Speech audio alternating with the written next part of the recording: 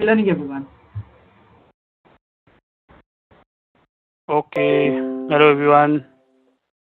All of you doing good? So ready for uh, the first model we are going to do?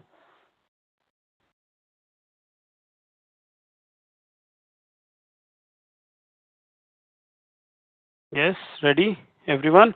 So we'll just wait for a couple of minutes and then we'll start with regression today. Okay.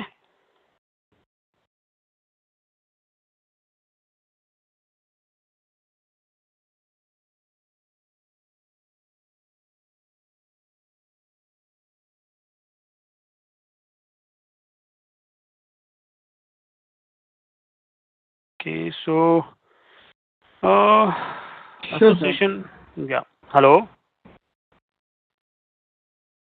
Hmm. Was this Shashank? Hi everyone. Welcome to today's session. I'm Shashank. I'm your learn success manager for today. So you can get started with the session, sir. Happy learning, everyone. Hello, Shashank.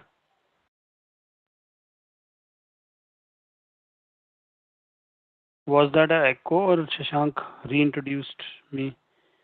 Anyways, let's start. Was that technical glitch or anyways, all of you can hear me? Okay, great. So let's start. It's 8 o'clock. So we are going to do regression today and then we will do, okay, I'll just lay out the agenda for next 4 sessions, right? In fact, including today, we have 5 sessions, right? Yes, we have 5 sessions, right? Today we are going to do regression. It will completely take away today's session, right? Then next session we are going to do association rules, then PCA, factor analysis, and we'll start with classification. Okay. Maybe if we get time, we'll start. Otherwise, 3 models. I think that should occupy the entire session on Monday, right? Then Tuesday and Wednesday, we are going to do these models. Okay, logistic, we'll start with logistic, SVM, Nebase, KNN, and decision tree and random forest. And last session will be on clustering.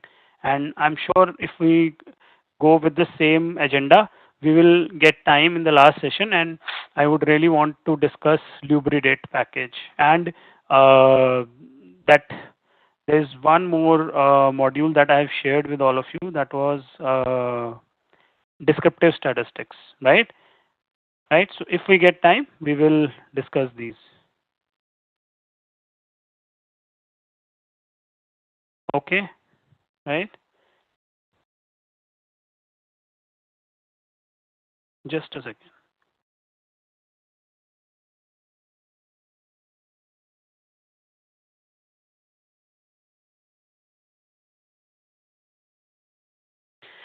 Okay. So let's get started with regression. Okay. All of you have heard of regression? At least you would have heard of regression. Yes. Might not know it. No. Pongodi has not heard of regression at all. Okay. What about others? Can I get a response? If you have heard of regression,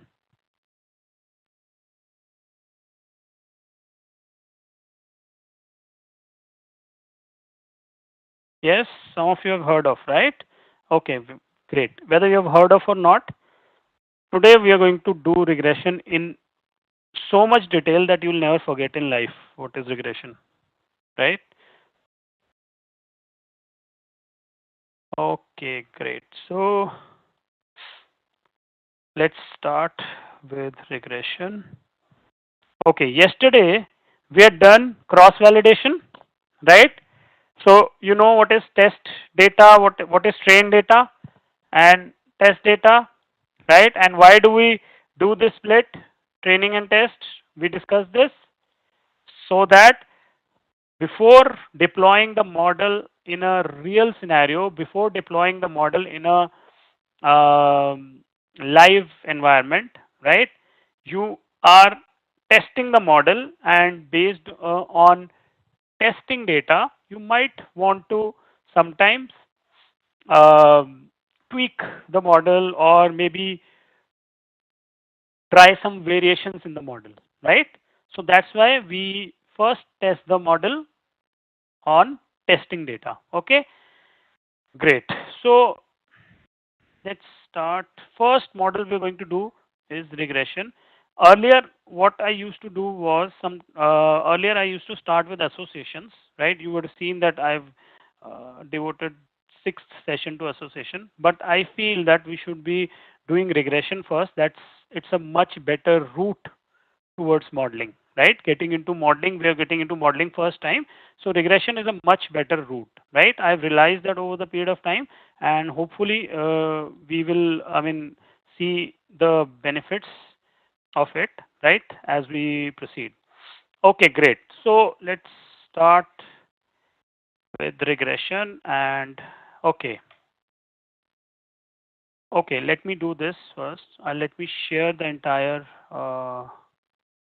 regression details. Wait. This is our, so that all of you can.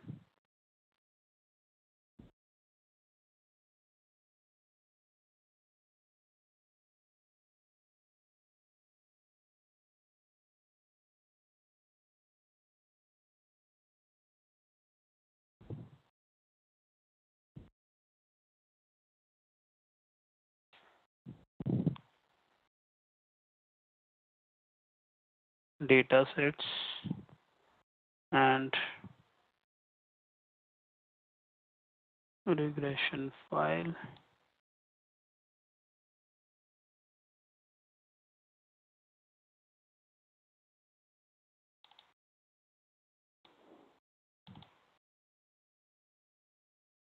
Perfect. I am sharing the codes also, but I don't want that you should not be writing the code and just opening this file and just running the codes. Okay, I'm sharing it on that trust that none of you would be using this R files, opening R file and just running those files, right? That's a, I can trust you on that, all of you. It's for your own benefit, so please trust, at least trust my way, and I'm sure you will be far more confident when you complete this training. Okay, great. So let's start. Okay, what do you know about regression? Those people, those who have heard of regression, what do you think regression is? What do you know about regression? It's a relationship between dependent and independent variable. Okay, very good. That's, I would say, a definition of a person who knows a bit about some technical details about regression. Because dependent and independent variable means, yes, you are well versed with the concept of modeling, right? Okay, but to a layman, or if I say a person who has heard very basic about regression, you know what is the basic, most basic definition of regression? It's a trend line. Yes, we say it's a trend line, right? And actually it is. Actually it is. Whatever you told me, Amatullah, that also means that if we continue it in the uh, uh, time space, it's going to generate a trend line only, right? So correct, you are also correct. But I would start with the most basic definition that regression is a trend line. Okay, on time, right? On the time. Okay, so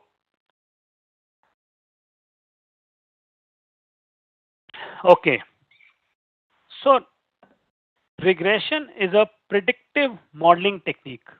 What we are going to do is predictive modeling now, right? Predictive modeling means based on some data, we will try to predict some other, based on few variables, we are going to predict uh, another variable which Amatullah has mentioned is a dependent variable, right? So whenever all of you know the basic equation of a line, y is equal to mx plus c, I'm sure all of you know this. Now, if someone does not know it, then he or she would have to go back, and because this is not mx plus c, right? This is something as basic as your I mean school days, right? And I'm sure none of you would have passed the school without knowing this equation, right? In this, y is equal to mx plus c, and if you'll notice, it's written here, same thing, right? Can you tell me the dependent variable? Just tell me the dependent variable, y, right? And x is the independent variable, right? And what is a variable? If you let me take a step back, what is a variable?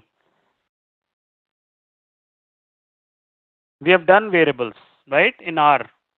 What is a variable? It's a feature variable that that stores data. Yes, Pungori, you're right. Variable, if you want to know the concept, take it as an empty container that can store any value, and of course that value can change, right? Of course that value can always change, right? So x can take a value of 10, x can also take a value of 20, x can also take a value of a million, right? So y is equal to mx plus c. Y is a dependent variable because the value of y is clearly dependent on the value of x, right? C is a constant, means it's going to be, c is always going to be constant, right? It means once you fix a value of c, it is going to remain that only, right? And m is called the slope of in this line. Slope means uh, the slope means basically the this tilt of this line, right? How the slope of this line is sharp and the slope of this line is uh, less, and this line is more, right? So m represents the slope of the line, or in regression terms, we call it as a coefficient. Yeah, yeah, you can say it as gradient. No, I'm not sure whether we can call it a gradient. I'll have to check, right? I don't think we call it a gradient. Uh, it's there is another word to slope. I'm just missing that word. Just missing that word. I'll just get back with that word, right? So this is the equation of line. Steepness, yeah, yeah. Steepness is a word which is actually a English word. We don't use it in regression, but there is another word. This angle, right? This angle is less, and this angle of this line is more, right? So slope is related to this. It is steep, and this is what do you call shallow? No, no. What will you call less steep rather, right? So this line will have more slope, and this line will have less slope. Okay, okay. So that is the equation of a line, right? So regression is a predictive modeling technique used to investigate the magnitude and the direction. Inclination, yes, that can be another word, right? Inclined, right? Rate of change, yes. I was missing this rate of change, yes. Excellent. Thanks, Alok. I was missing that word. Yeah, it is also called the rate of change. Okay, we'll see that, right? Okay, so let's concentrate on regression line. So regression line is a predictive modeling technique used to investigate the magnitude and the direction, right, of a possible causal relationship. What do you mean by this possible causal relationship? Cause and effect relationship between two variables. Okay, when there is a cause and effect relationship between two variables, and that relationship can be uh, defined by a line that through the magnitude and the direction of that line, right? That and that relationship between, of course, dependent and independent variables, right? That line that defines the relationship between dependent and independent variable is called a regression line, right? And if you can recall, let me open Excel, and if you can recall when we did scatter plot, right?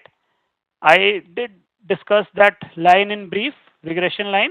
I did discuss that in brief. I told you that. So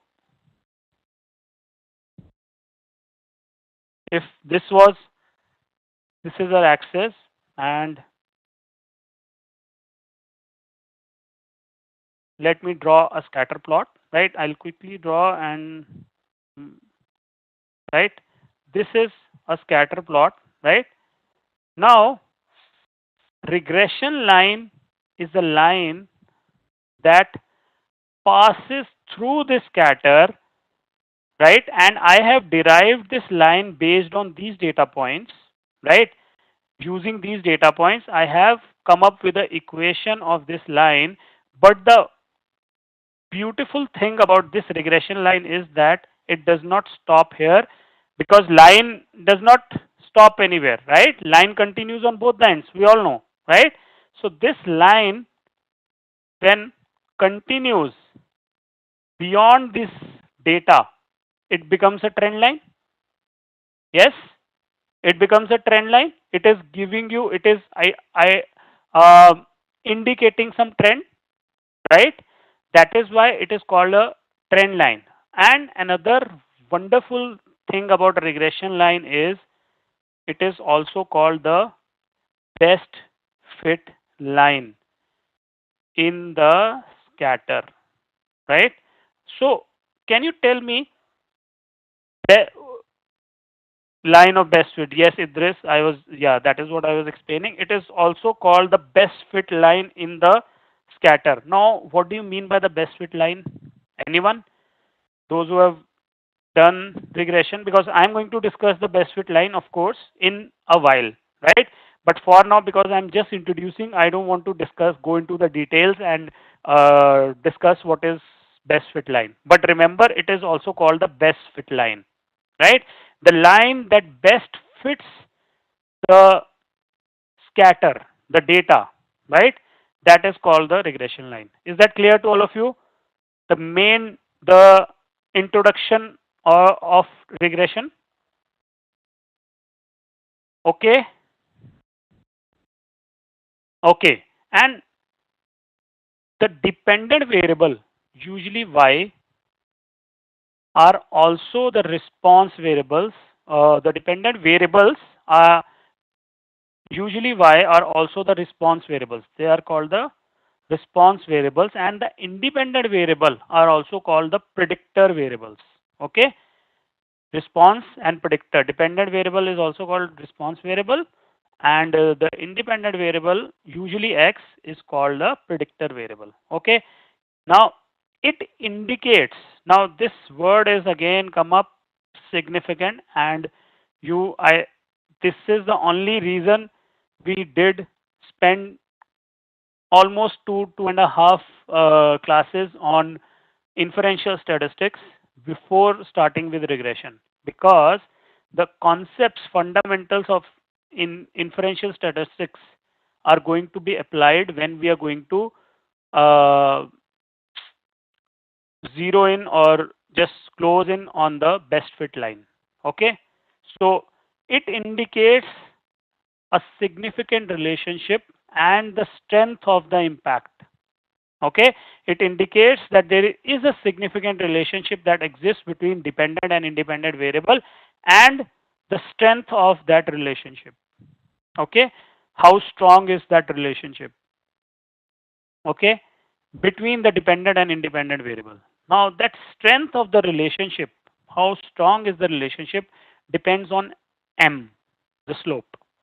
Okay, regression is used for forecasting. I already showed to you that if you extend the regression line, you can forecast the y variable even to levels which we have not observed in reality, right?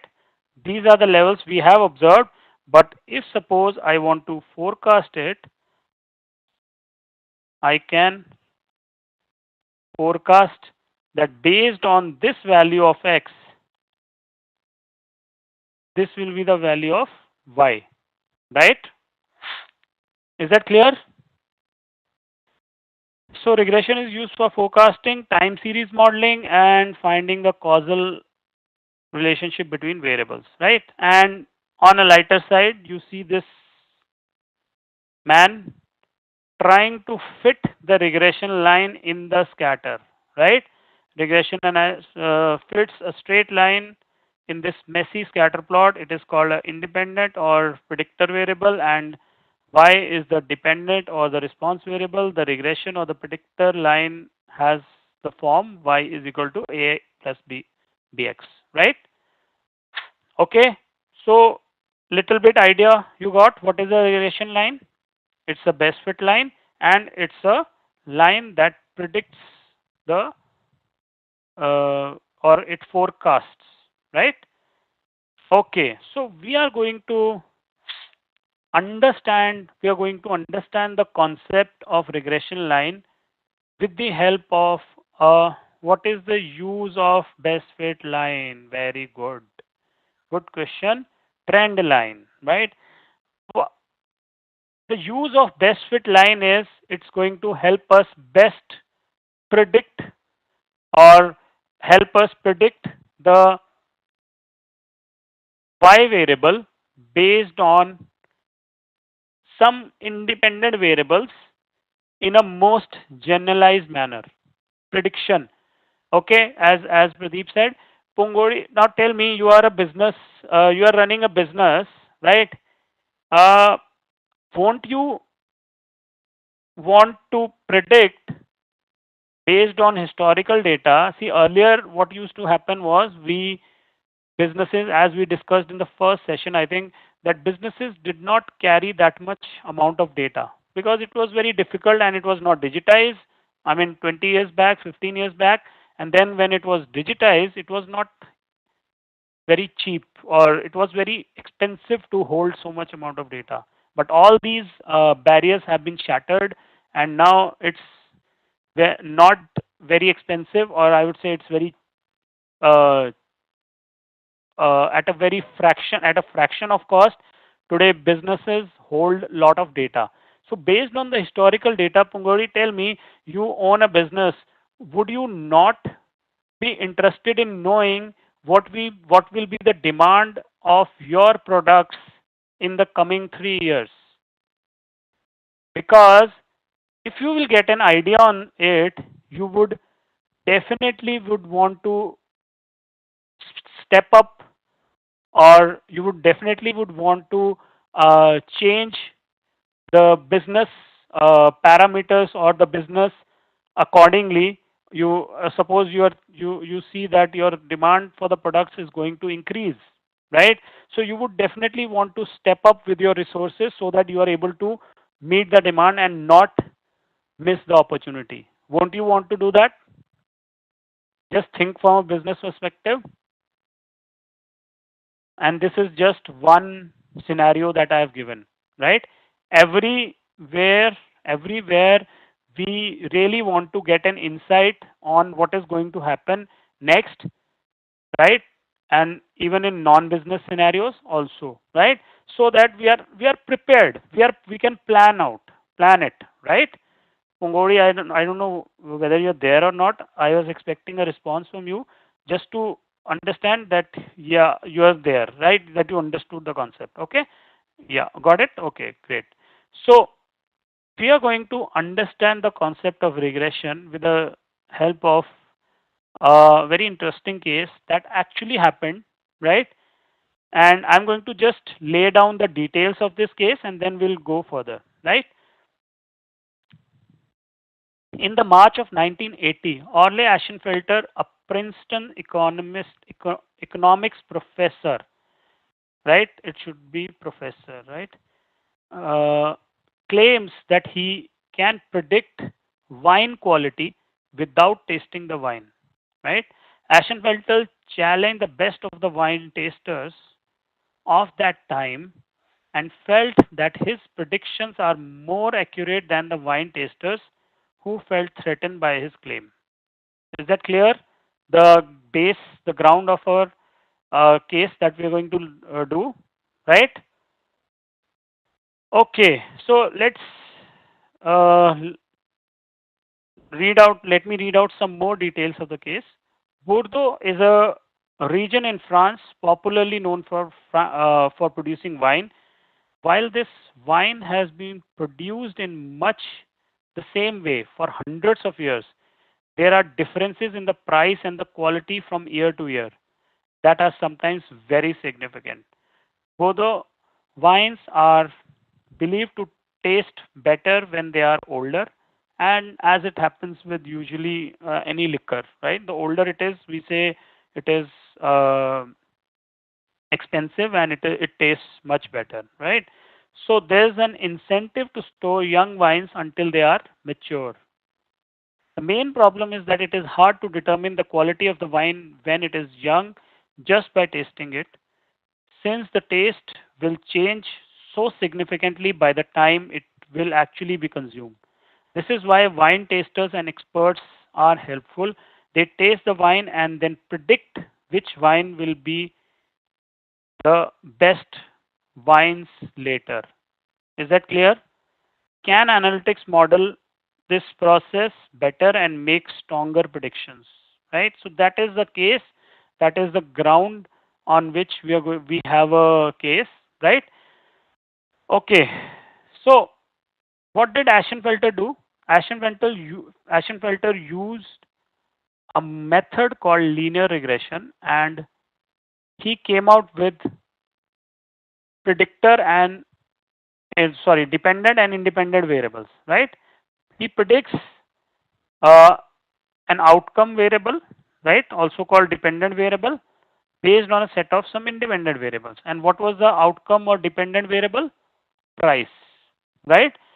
Based on some variables, he said, I'm going to study these variables historically and I'm going to create a model which is going to predict the price of the wine.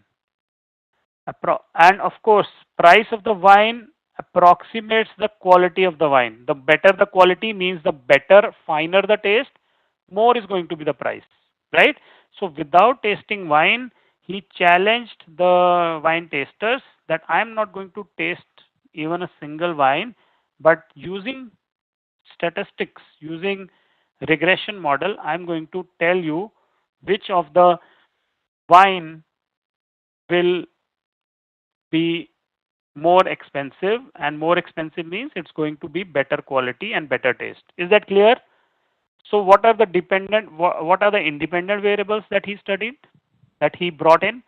Age, age of the wine, weather conditions, some weather conditions, average growing season temperature, winter rain, and harvest rain, right? So these are the variables that he brought in and he studied, and then he tried to predict the price of the wine.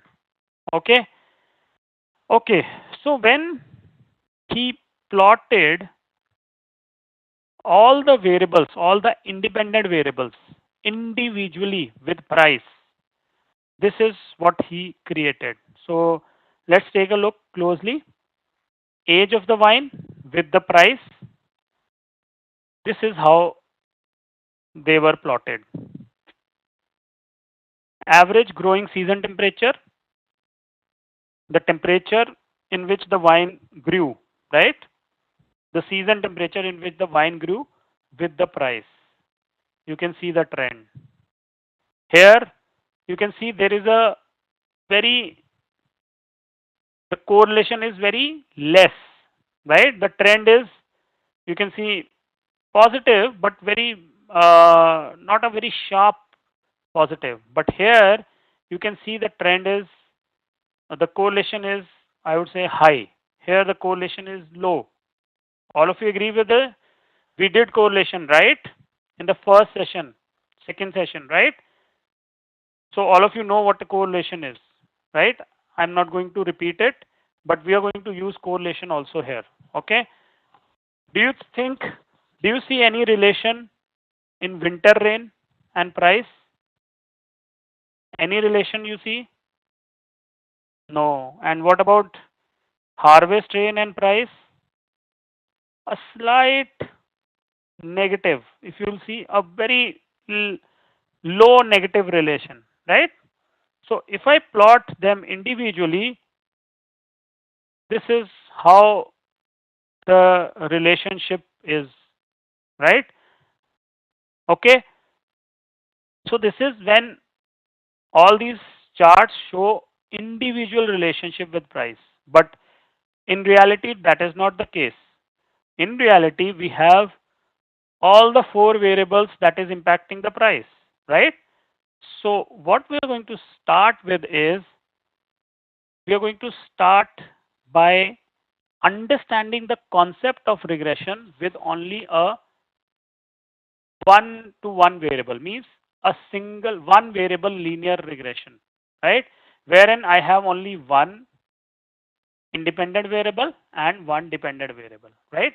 The concept we are going to understand with this, and then see, because why we chose this is because we are able to easily understand two dimensions, at the most three dimensions, right? But it becomes very difficult for our brain to understand and tackle more than three dimensions as we go beyond it, right? So for here also, if you see, when we are going to create a final regression line, there will be 4 to 5 variables, right? 4 you can see here, right? Plus one constant, right? Intercept. So it becomes, we cannot visualize that, right? But we can easily visualize a 2D, right? So that is why we are going to start understanding the concept with a 2D, that is one variable regression line. Okay. Okay. So let me ask you one question. If suppose, let me blow this up. Okay. Just concentrate on this, right? If suppose I give you the price levels of all these points, only the price levels I am giving you, understand it very well. Okay, what is the regression line that we are going to create? What is that line going to do? First tell me that. What is the line going to do?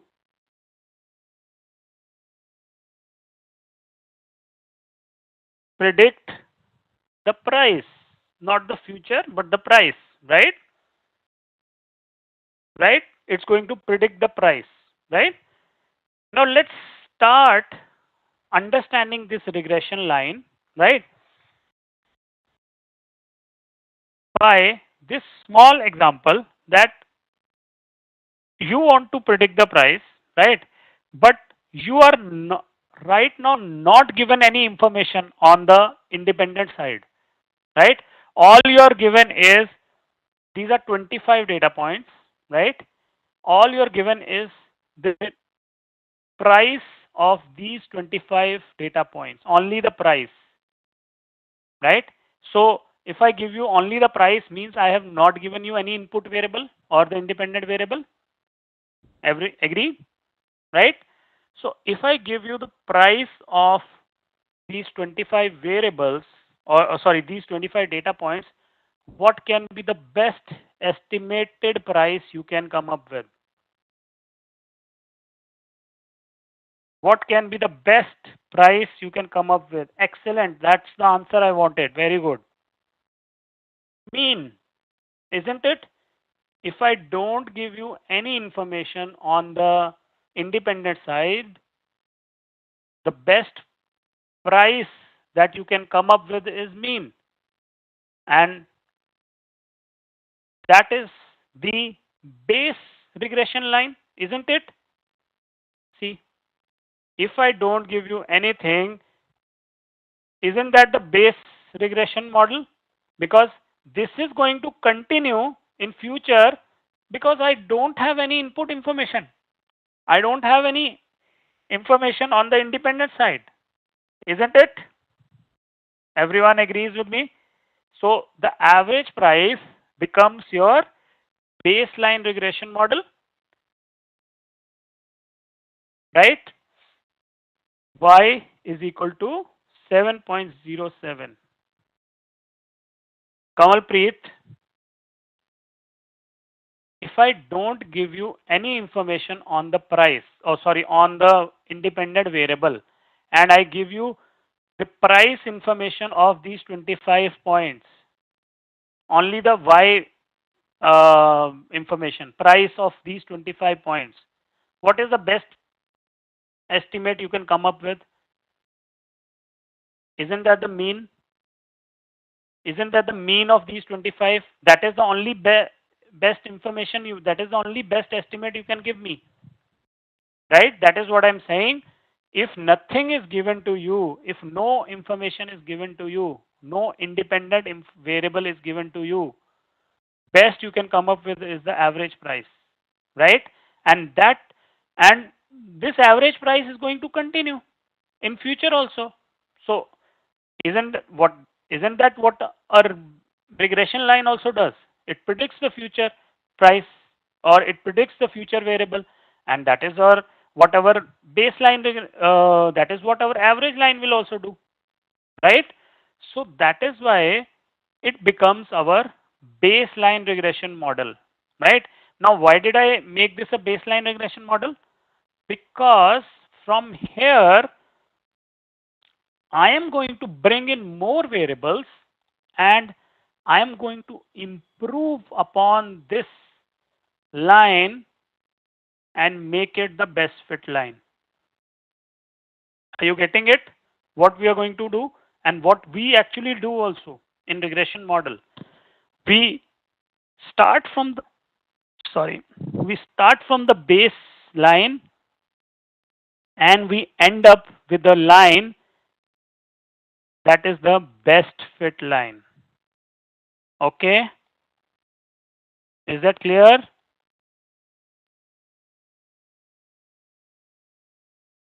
Better regression model, or you can say the best fit line, right? So baseline model is the model that can be the best guess when nothing is known. Everyone agrees? Predicts the same Y irrespective of the X variable. We don't have a X variable, so it's going to give me the value of Y at all levels of X, at every level of X, because I don't have a X variable, right? Does not use any variable. Clear? Where we are going to start with the regression line, where we have in fact started the concept. Okay, let's move further. Now, a one variable regression line looks like this. Yi means the dependent variable. I is the ith observation, right? Whether it is first observation, second observation, third observation, every observation will have the same value of Y. Y is equal to mx regression coefficient of the independent variable or the rate of change or the slope, right? Mx plus c. This is the intercept coefficient or also called constant. But in regression terms, it's called the intercept coefficient, right? This is the intercept. Now, if you can recall what is this intercept, let me quickly draw it so that to get you an understanding. I'm sure some of you would have got what I'm going to do. I'm going to show you what is this, in where this by this intercept, where is it coming from, right? So if this is a regression line, this is any line, right? Y is equal to mx plus c, right?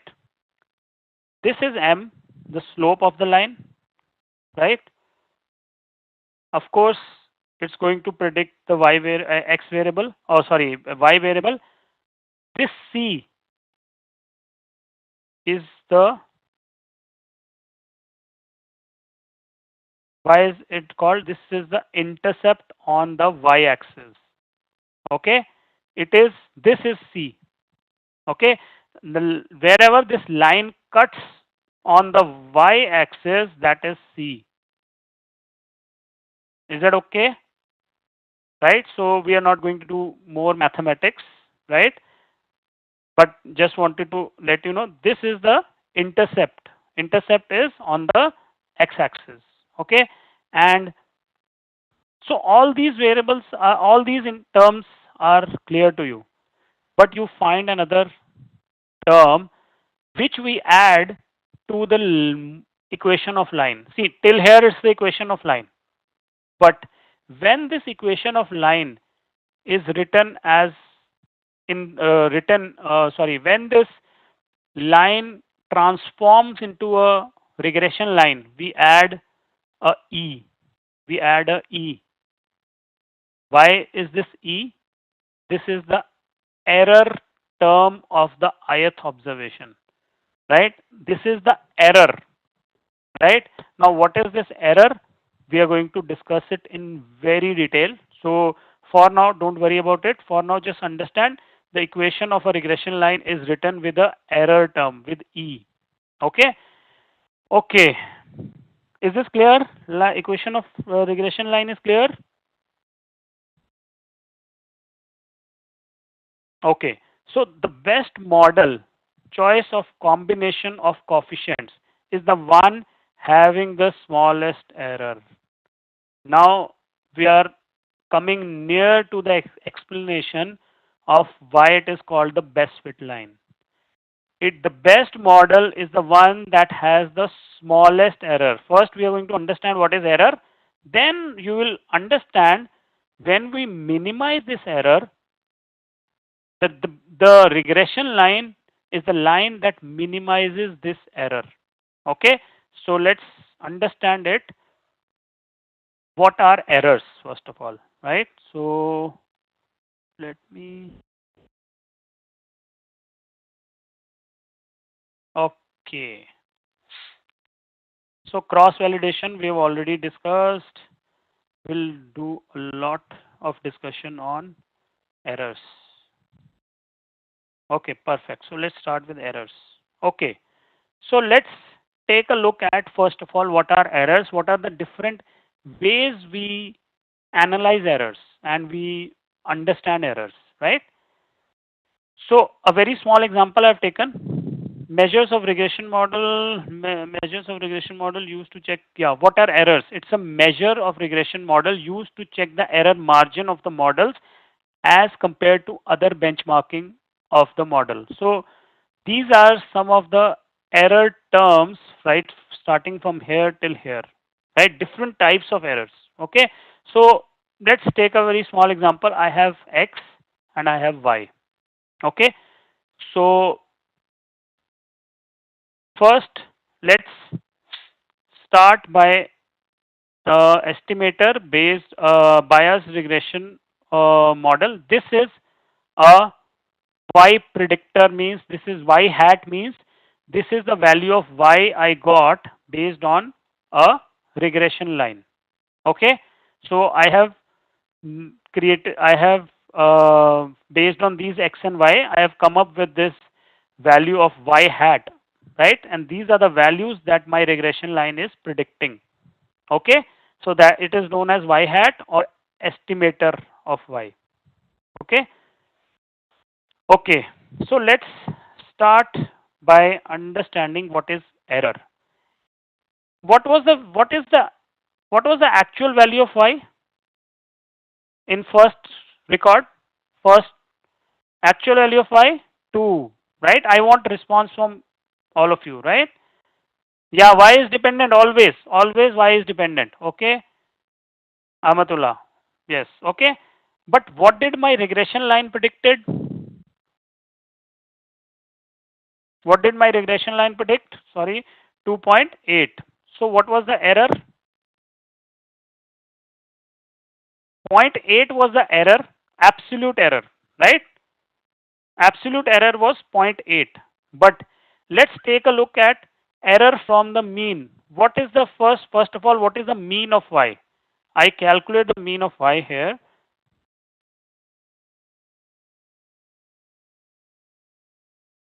Four, right? 4 is the mean of y, right?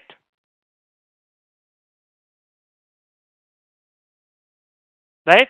So what is the error of y from mean? It's 2, minus 2, right? Similarly, this is the error from the mean, right? Minus 2, 0, 1, 0 and 1. Okay? And if you can recall, the difference from the means add up to, if you can recall, we did this when we did mean, when I explained you what is mean. If I calculate the difference of all the values from the mean, what will it add up to? 0. Kanupriya, I hope that was by mistake. Yes? Okay. Right? If you can recall, right? We had done this. Now, so this is the error from the mean, right? Or we call it deviation from the mean rather, right? Now let's talk in terms of absolute error. Error from the predicted value. What is the error from the predicted value? 0.8, 0.6, right? My regression line predicted 3.4. My actual value was 4. My regression line predicted 4. My actual value was 5. My regression line predicted 4.6. Actual value was 4. My regression line predicted 5.2. Actual value was 5. So this is called the absolute error. Why it is absolute? I am ignoring the sign here. Notice. I am completely ignoring the sign here. Right? It is called absolute error. Clear? Right? Then there is another term related to error called mean absolute error. Means I take the absolute error, which is exactly the same that I have already taken, right? And I take a mean of that error. That is called mean absolute error. Is this clear? Simply the average of all the errors. See, if you'll see, it is simply the average of all the errors. This is called mean absolute error, right? Then there is a very important type of error that we use a lot in measuring the quality of a regression line or a model also, some models also. It's called sum of square of errors. So what am I doing here? Just doing a square of all these errors. Okay, this is called SSE, sum of square of errors, right?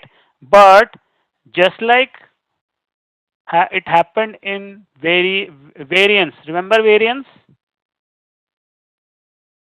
When we squared it up, the variance becomes uncomparable, or it completely moves to a different scale, right? So what did we do? We had to do a square root so that at least we can bring it to the same level and we get an we make it comparable to the data, right? Just that, just on the same lines, we have root mean squared error, okay, which is, now remember, how do you read these? How do you come up to these? First, error. I told you how to read these, how to get to these numbers, right? How to get to these, how to decipher these terms, right? First, I'm going to calculate the error. I've already done that. Square this up. I go from right to left, right? I calculate the error. It's calculated. Square them up. It's squared. And mean. Calculate the mean. I've calculated the mean. And then I do a square root of it. This is called RMSE, root mean squared error. Is that clear? RMSE is clear to all of you? And we are doing a, see, we are averaging it and we are doing a square root only to normalize these numbers. Okay, because otherwise they would have changed the scale and it would not be that useful to us. Okay, then lastly comes, which is not much used, but yeah, still it's a good measure of error. Mean absolute percentage error means it simply calculates the percentage of error. 40%. Here it's 6 upon 4, 15%. Right? Got it? So, but it is absolute. Okay, and I then calculate the mean of these absolute errors. This gives me an idea.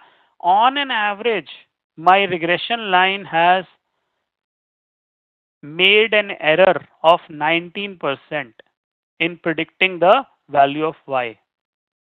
Is that clear? On an average, can we double square root of error so that error get reduced more? If you will do a double square root, why, first of all, see, there is a logic to whatever we are doing here, right? Why did we do a single square root?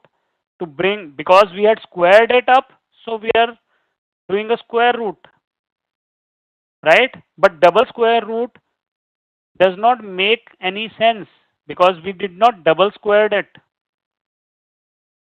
It's not for fun I am doing a square root. There is a logic behind it. Okay, Pradeep? So if you think there is any particular logic for double square root, then you tell me.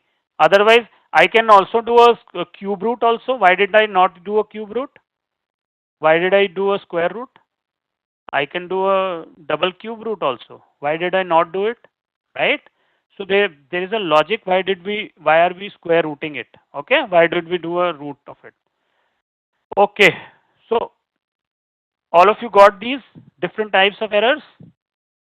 I have already shared this Excel, so don't worry on this. Okay? So these are just the terms that I have explained, right? RMSE, MAPE, and SSE are most used in measuring the quality of regression line.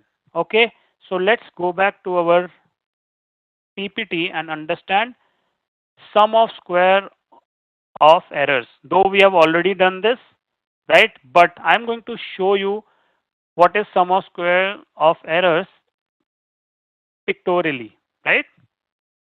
See, now if you can recall, what did I do in sum of square of errors? First, I calculated the error of y, that is the actual y and the predicted y, and then I squared it up, and then I did a sum of it, right? Now, see what happens when this is our baseline. This is our baseline. So baseline, what are the errors? First of all, let's understand the errors. This is the error for first point. Are you getting it?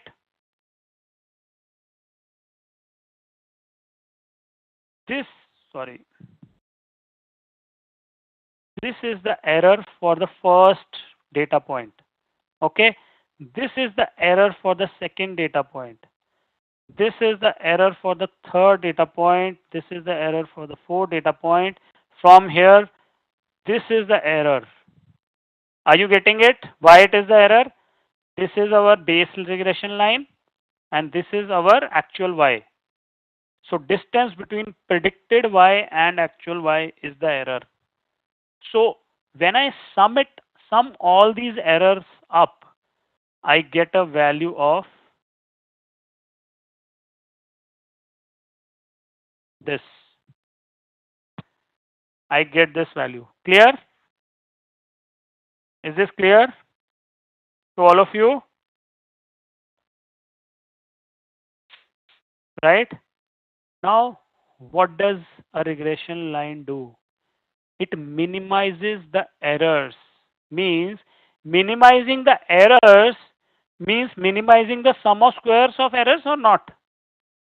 If I minimize the errors, it's going to minimize the sum of squares of errors also? Yes or no? Right? And that is what we will try to do. We are going, and that is why it's called the best fit line. It's called the best fit line because it minimizes these errors. And minimizing the error means we are more closer to my regression line is more closer in predicting the value of y. And that is what you would want when you talk in terms of predictions, isn't it? But can we become God? Can we come up with a regression line that completely or predicts actual y all the time? Not possible, no? There is going to be some error. We cannot become God, right? There is going to be some error, but what we can do is we can try to minimize those errors. And that is what all we will do. We are going to come up, we are going to adjust this red line to first blue line to then and more adjust and try to make it a green line so that we are able to minimize the SSE. Can you see? This green line is the actual regression line of this data and red is the baseline from where we start. Notice the SSE moved almost half. Okay, clear? What does the regression line do? Is it clear to all of you? And now tell me, then what does SSE do? Isn't SSE measuring the quality of the regression line? Right?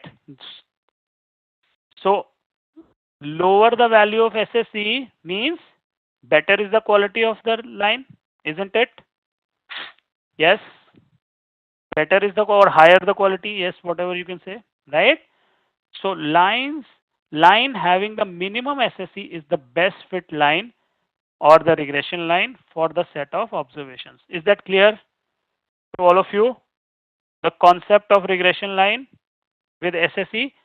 Now let's see pictorially what is SSE. Sum of squared of errors. So if you see it in pictures, right?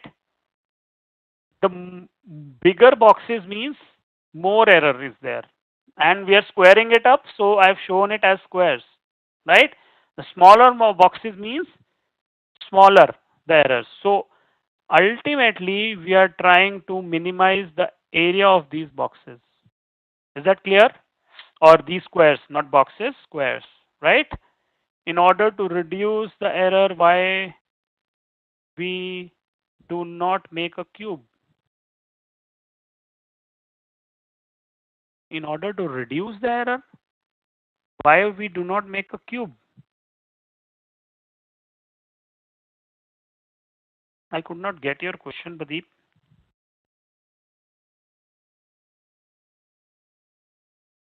It's a two-dimensional, so how can we make a cube first of all? I did not get that. Maybe I'm not able to connect to what you're saying. If you can reframe it, or if you want cube of all error. Okay, good question. Now I got it. Why are we not doing a cube, but why are we doing a square? That is what you are asking, right? Correct? If I'm getting it? Yes? Anyone who wants to answer this?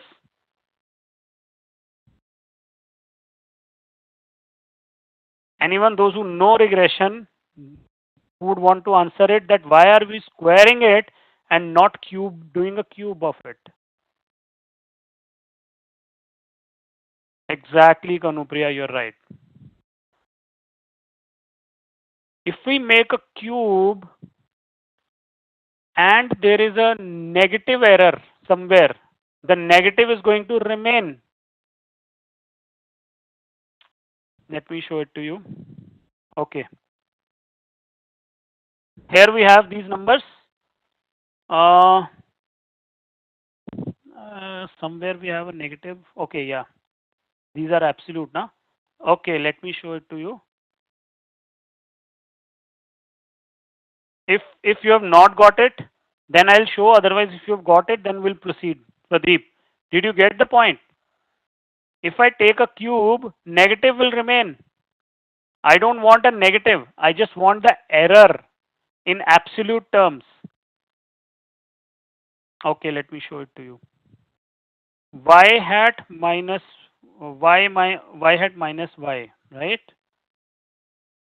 Well, that is what we did. Yeah, C6. Okay, let's do it. Y minus y hat. Y minus y hat minus. Okay, Pradeep. Yeah, I'm explaining it mathematically.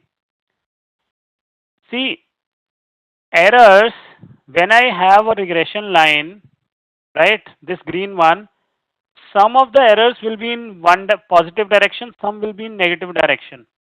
Okay, Pradeep, right? But my purpose is only to minimize the absolute errors. I am not at all concerned about the sign, positive or negative. Don't you think? If I am able to minimize whether it is positive or negative, it does not make a difference. It's an error. The sign does not make a difference to me, right? So that's why I am only concerned about the absolute errors here, right? I am only concerned about the absolute errors. So when I do now squaring these errors is removing the sign, is right, is doing away with the sign, is rather I would not say removing the sign, rather it is negating the impact of the sign, isn't it? When I square these up, negative will become positive, positive will become positive. But what if I do a cube of this? I am going to again carry forward the negative. If I do a cube of it, I am going to again carrying forward. That is what I don't want. What will happen in cube? Again, negative and positive, some of them will cancel out, and I am not clearly and I am not accurately measuring the errors. Did you get it, Pradeep? I am not, if I do a square, I am dealing with absolute errors still after doing a square root. But if I do a cube and then do a cube root, right? So negative is going to carry forward, and it's going to, the impact of negative will be tripled. Okay? That is why we don't do a cube, we only do a square root of it. Okay? Okay, good question. So quickly let's proceed, right? So squaring it up. So visually what we are trying to do is minimizing these area of these squares. Okay? Sum of square of errors can be hard to interpret. Why it is hard to interpret? Because one, It depends on n. The larger the n, the larger will be the SSE. See, it is hard to interpret because one, it is not comparable. It is again square of errors, right? Can anyone please share the Google? There is no Google Drive link, Alicia. Alicia, I would, we only have a community forum link. Somebody can please share the community forum link with Alicia. Okay. Okay, let's continue. Okay, so the sum of square of errors is hard to interpret because I got the sum of square of errors right here. But am I able to relate it with y and y hat? I'm not able to do that. Okay, because it is on a different scale. Getting it? Right? But root RMSE I can still relate. I have normalized it by doing a square root and by averaging it. Okay? But this I am not able to relate it. It does not make much sense to at least a layman. At least, sorry, not a layman, but at least a person who is new to this. Right? Okay, are you getting it? So it depends. And another flaw with SSE is it's going to become bigger and bigger more the observations, because it depends on n, isn't it? Suppose SSE, this is 2.4, right? Suppose there was another data which had 10 observations. So more likely the SSE would be more, isn't it? So is SSE of two data comparable? It's not comparable because one has a SSE of let's say 5, but there were 10 data points, and here I have only 5 data points. So of course the SSE is going to be less. Are you getting it? So it depends on n. So SSE is not a very it's hard to interpret rather, right? And units are hard to understand. So we come up with the RMSE, root mean square error. Okay, and it is a normalized version, so it makes a lot of sense. It is interpretable with the, it is at least we can interpret it with the help of along with the data. Okay. Okay, now comes the most interesting and the most important slide to understand the quality of regression line, right? To understand how, what is the, how do you interpret the quality of regression line? This is the most important slide. Okay, so please understand it well. Okay. Okay, let's take one data point, right?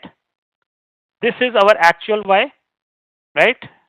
In this data point, this is our actual y, right? And what is the y that was predicted by regression line? This. Clear? This green line is predicting, this is my estimated y, right? And this is my baseline, right? Mean of y, right? So what is the total variation? The one in red, the one in red, isn't that the total variation? Right? Variation of my actual line, of my actual y with the mean of y. That is my total variation, right? Now, the variation that my regression line is able to capture, this part in green, is called explained variation. Okay? Are you getting it? This is called explained variation, means this variation my regression line was able to explain, or if you really get I mean, if you really don't understand the word explain, you can say this is the variation that my regression line was able to capture. But I'm sure you explain here is not a very tough word, right? Please explain this part again. Okay, Idris, I'll explain it again. Idris, I'm saying this, consider this point, black point, where I've written actual y, right? So this is the actual y for this point. Now this story that I'm going to narrate in this slide, this story happens for all the data points, and this is what a regression model does at the back end. So please, right? So this is the actual y, this black point. Keep responding. Otherwise, I don't understand whether you're getting it or not, right? So this actual y compared to mean y, which is our base regression line, right? The variation between these two is called total variation. Okay? Total variation, right?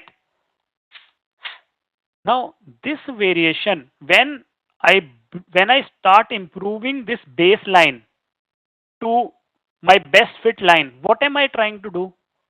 I am trying to capture some of this variation or not? I'm trying to explain this variation, trying to explain as much of this variation as possible. Okay? Yes? Got it? Right? So this, the variation that my regression line is able to capture, this part is green, in green, is called explained variation. Let me blow it up if it really helps. This is called explained variation. Is that clear? The variation that my regression line is able to capture is called explained variation. Okay? And the variation it is not able to capture is called unexplained variation. Is this clear?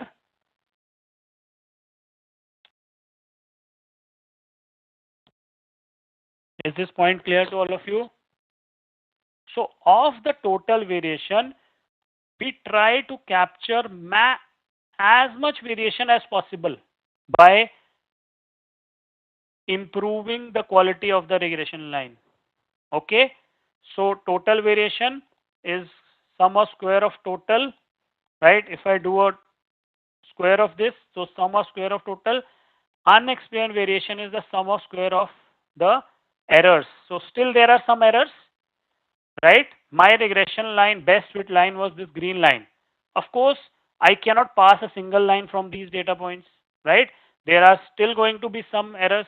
These are called sum of square of errors, right? If I do a square of these, right, all these points which still hold, which still give me some error compared to regression line, right? I do a square of them and do a sum of it. That is called the unexplained variation. Is that clear to everyone? And the explained variation is the sum of squared of explained variation. Variation that my regression line is able to capture. Okay. Now tell me, what should be your aim of regression line? In these terms, in these three terms, forget about these three terms. What should be your aim of regression line?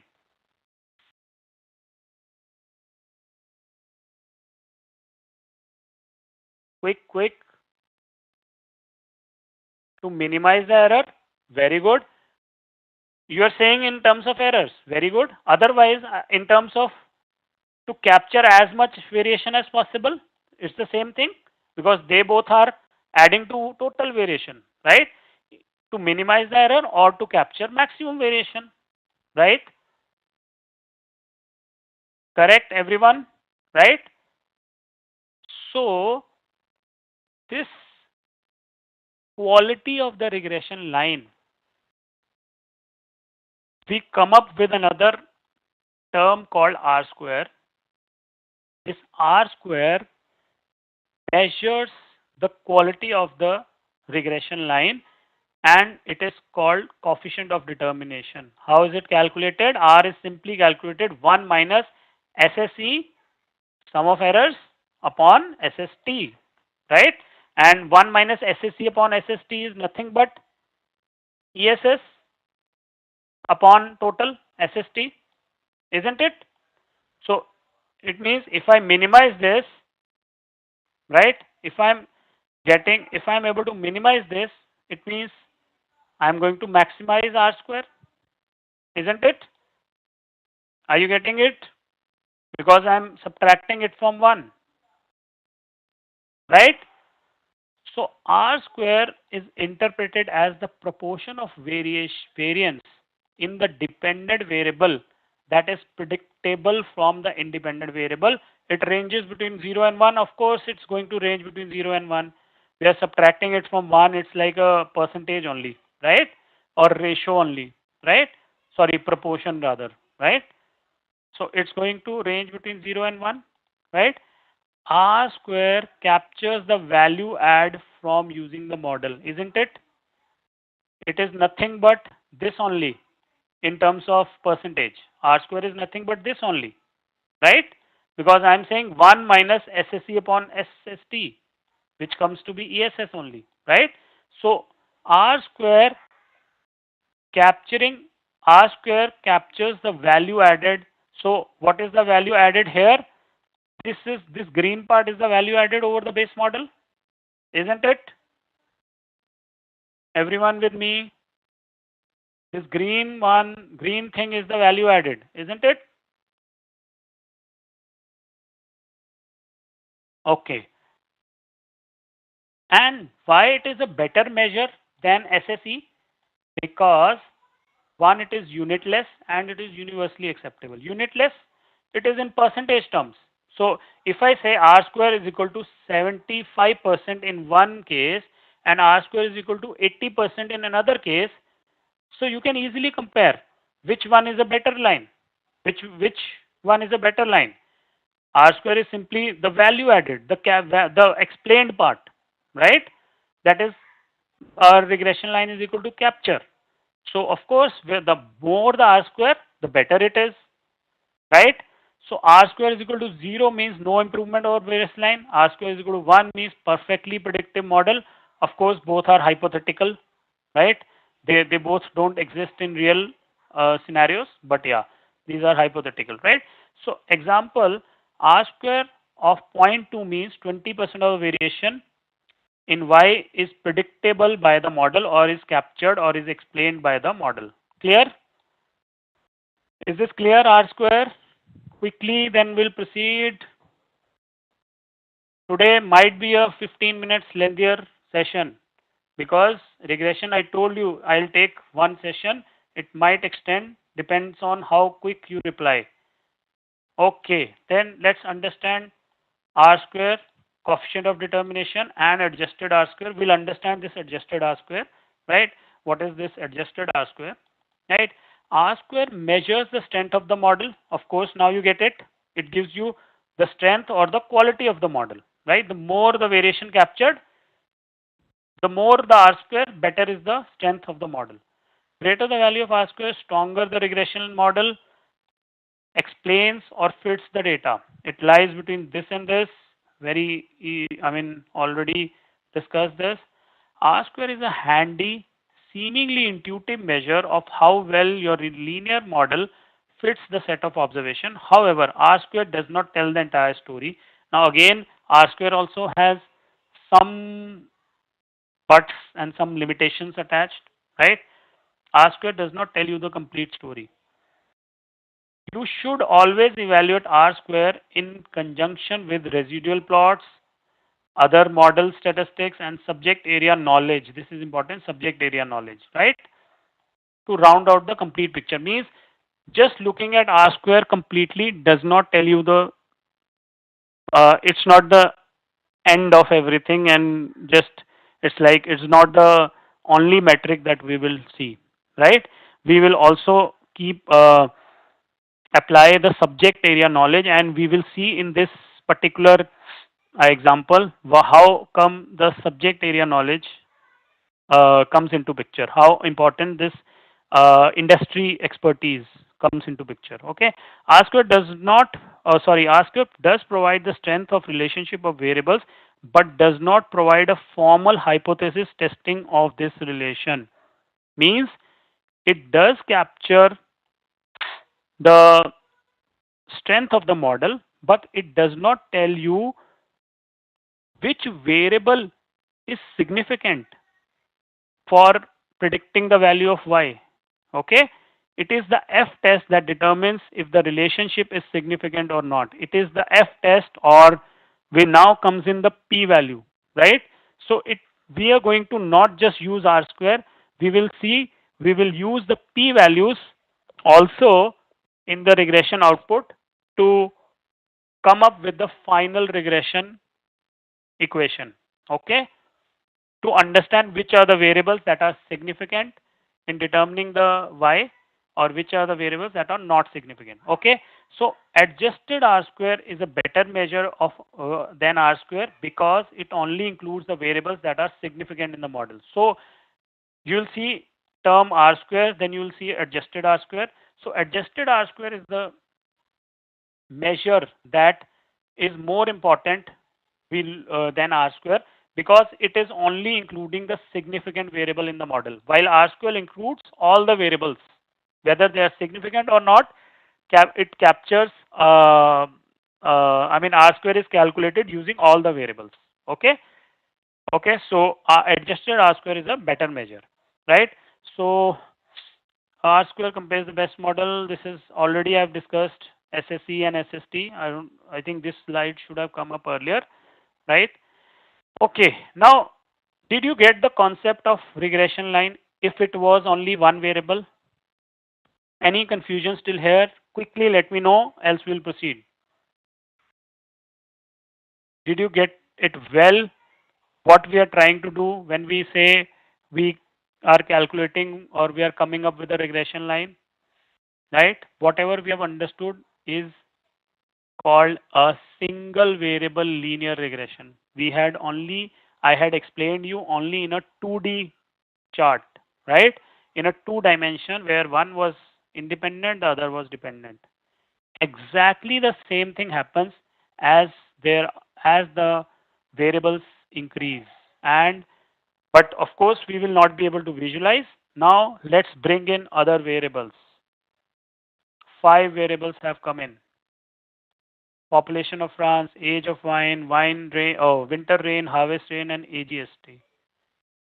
Now, if I had explained you the concept of regression with all these, it would have gone in vain, right?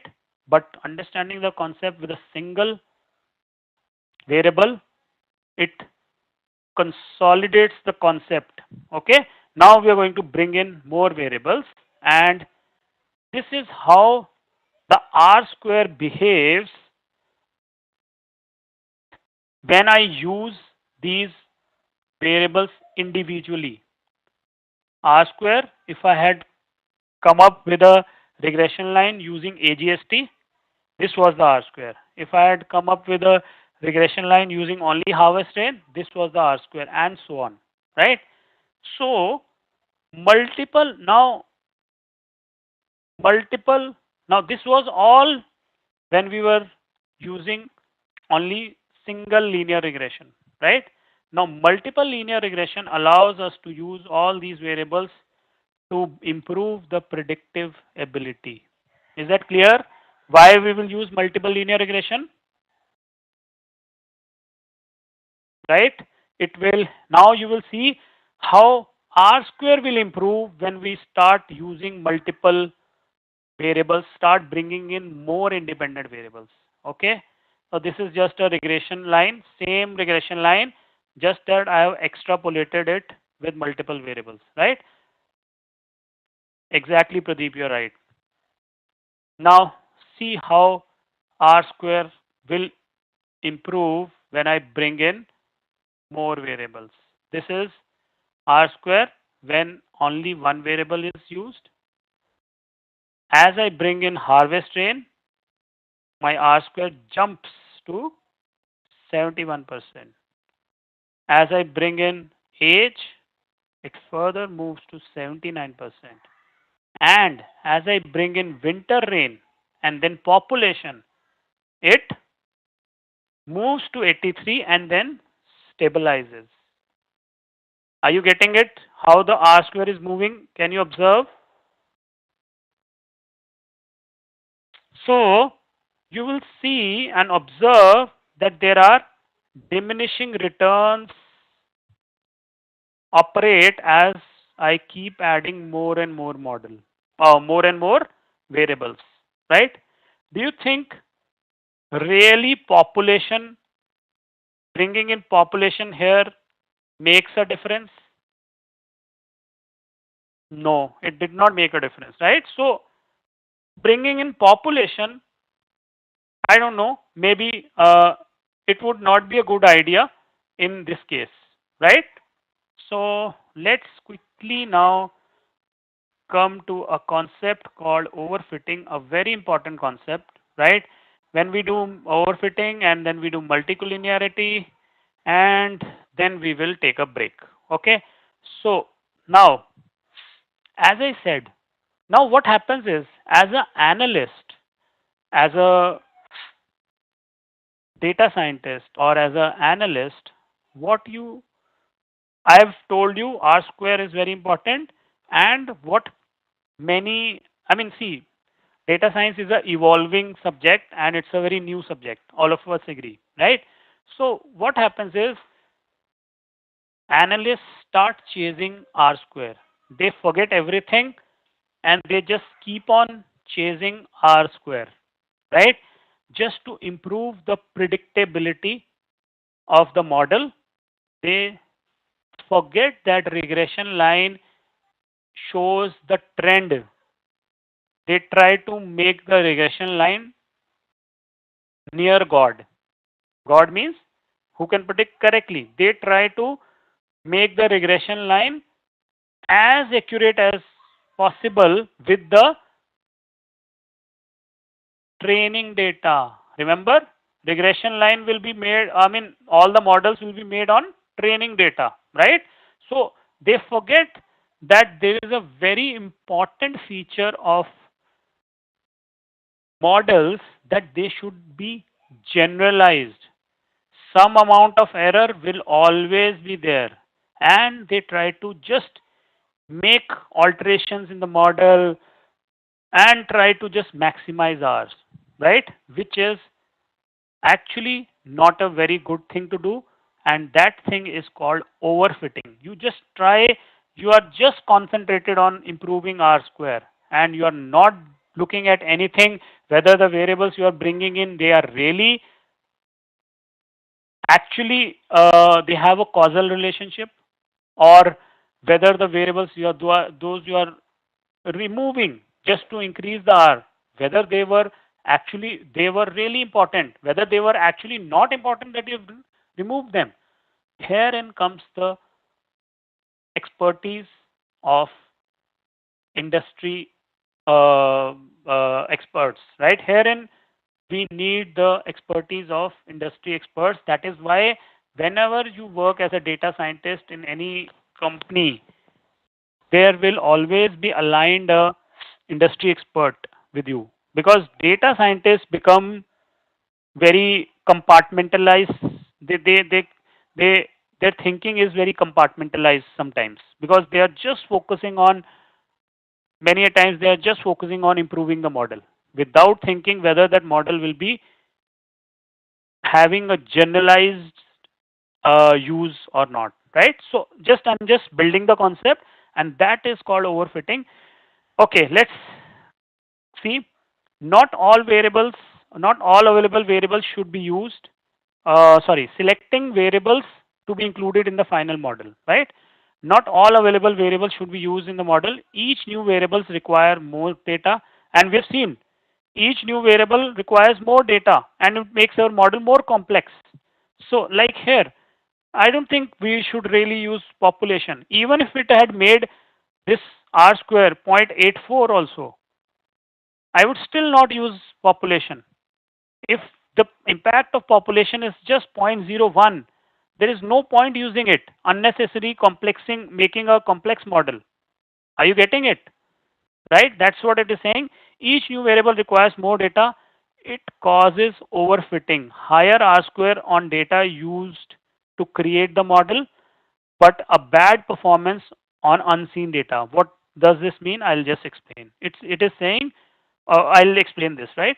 We will see later how to appropriately choose variables to remove to be removed. How do we remove variables? We'll see that, right? Okay, but let's understand the concept of overfitting now, right? I've used this term overfitting. What is overfitting? When analysts, statistical models begin to describe, statistical models begin to describe the random error in the data rather than the relationship, or it starts chasing R square. That is called overfitting. Means I am just focusing on describing the random error, or I am just focusing on chasing the R square. More R square. Let me bring in more data, more variables to just increase R square as much as possible. That's not going to do the trick. Okay. What will happen when you keep pushing in data? You will come up with a model like this. Can you see? This is called overfitting. Means I am trying to fit as much. I'm just trying to minimize the as much error as possible, or I'm just trying to maximize R square to the maximum extent.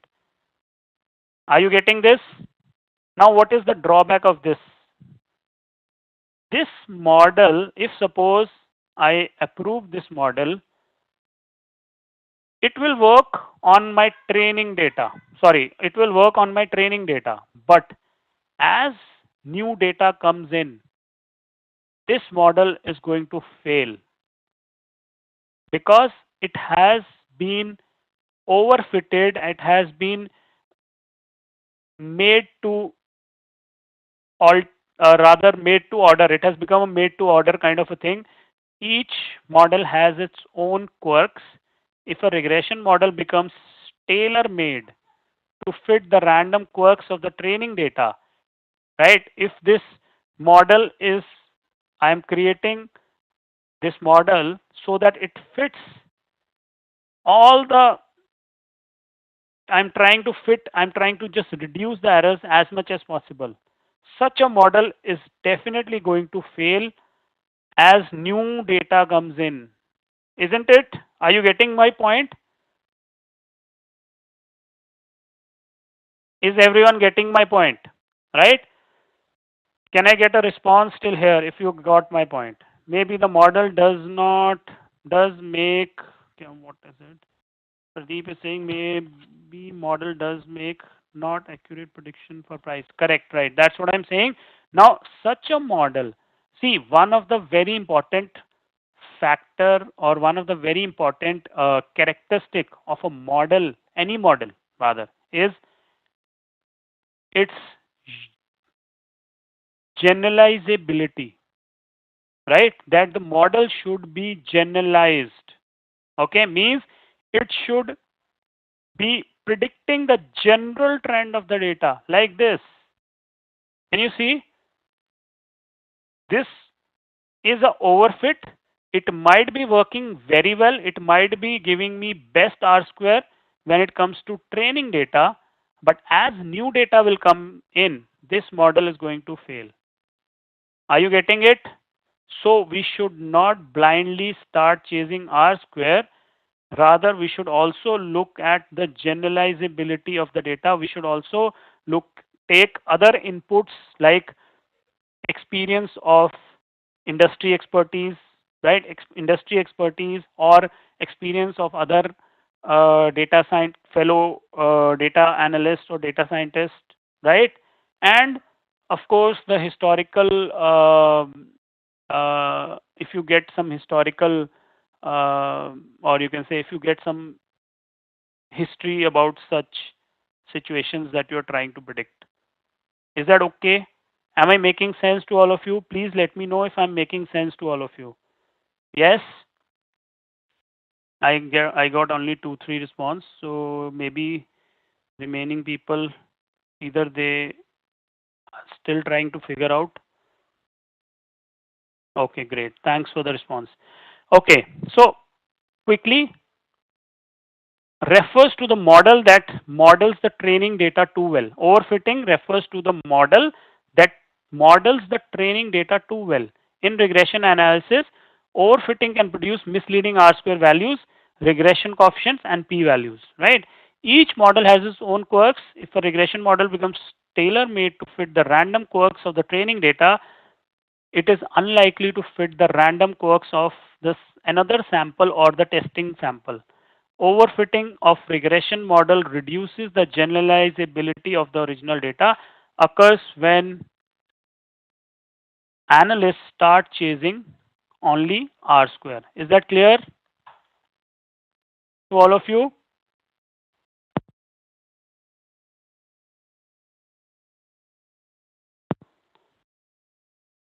Okay, so this is just a interesting story on a spoiled symphony. I mean, just a real life example of overfitting. I would not spend time here.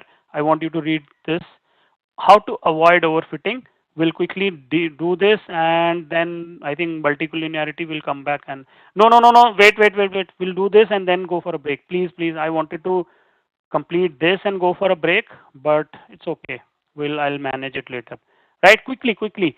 Right? Okay, now I'll not extend it. How to avoid overfitting? Choosing the regression model. When choosing a regression model, the goal is to approximate the true model for the whole population. So goal should be approximate and not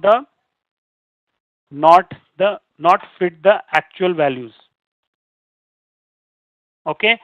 If we accomplish the goal, our model should fit most random samples drawn from the population. This means our results are more generalizable. That is, our model will fit other samples also. Are you getting this? To avoid overfitting, draw a random sample that is just large enough to handle all the terms you expect to include in the model. Investigate similar studies in the past. As I said, collect past, look for the past studies that have happened or the past data. Goal is to identify relevant variables and test and terms that you are likely to include in your final model. After you get a sense of complexity of the model, you will also be able to estimate a good sample, and to add to this, also take help from the industry experts. That is very important. Okay, so I think we will take a pause here, and we are going to take a 15 minutes break only today, right? Because we have a long way still to go, and I don't know how we are going to complete it. But anyways, hopefully the session till here has been useful and it has helped you understanding the concept of regression. Please do participate in the poll and then go, right? The poll is open. Please do participate in the poll. I'm going to put a timer, and please do come back as per the timer, right? Let me put 17 minutes. We'll see later. I'm putting a timer for 17 minutes. I've already started. The timer has already started. Please do fill the poll and then go. Timer is for 17 minutes, okay? And the timer is visible on the screen for all of you. Thank you so much, and I'll see you in a while.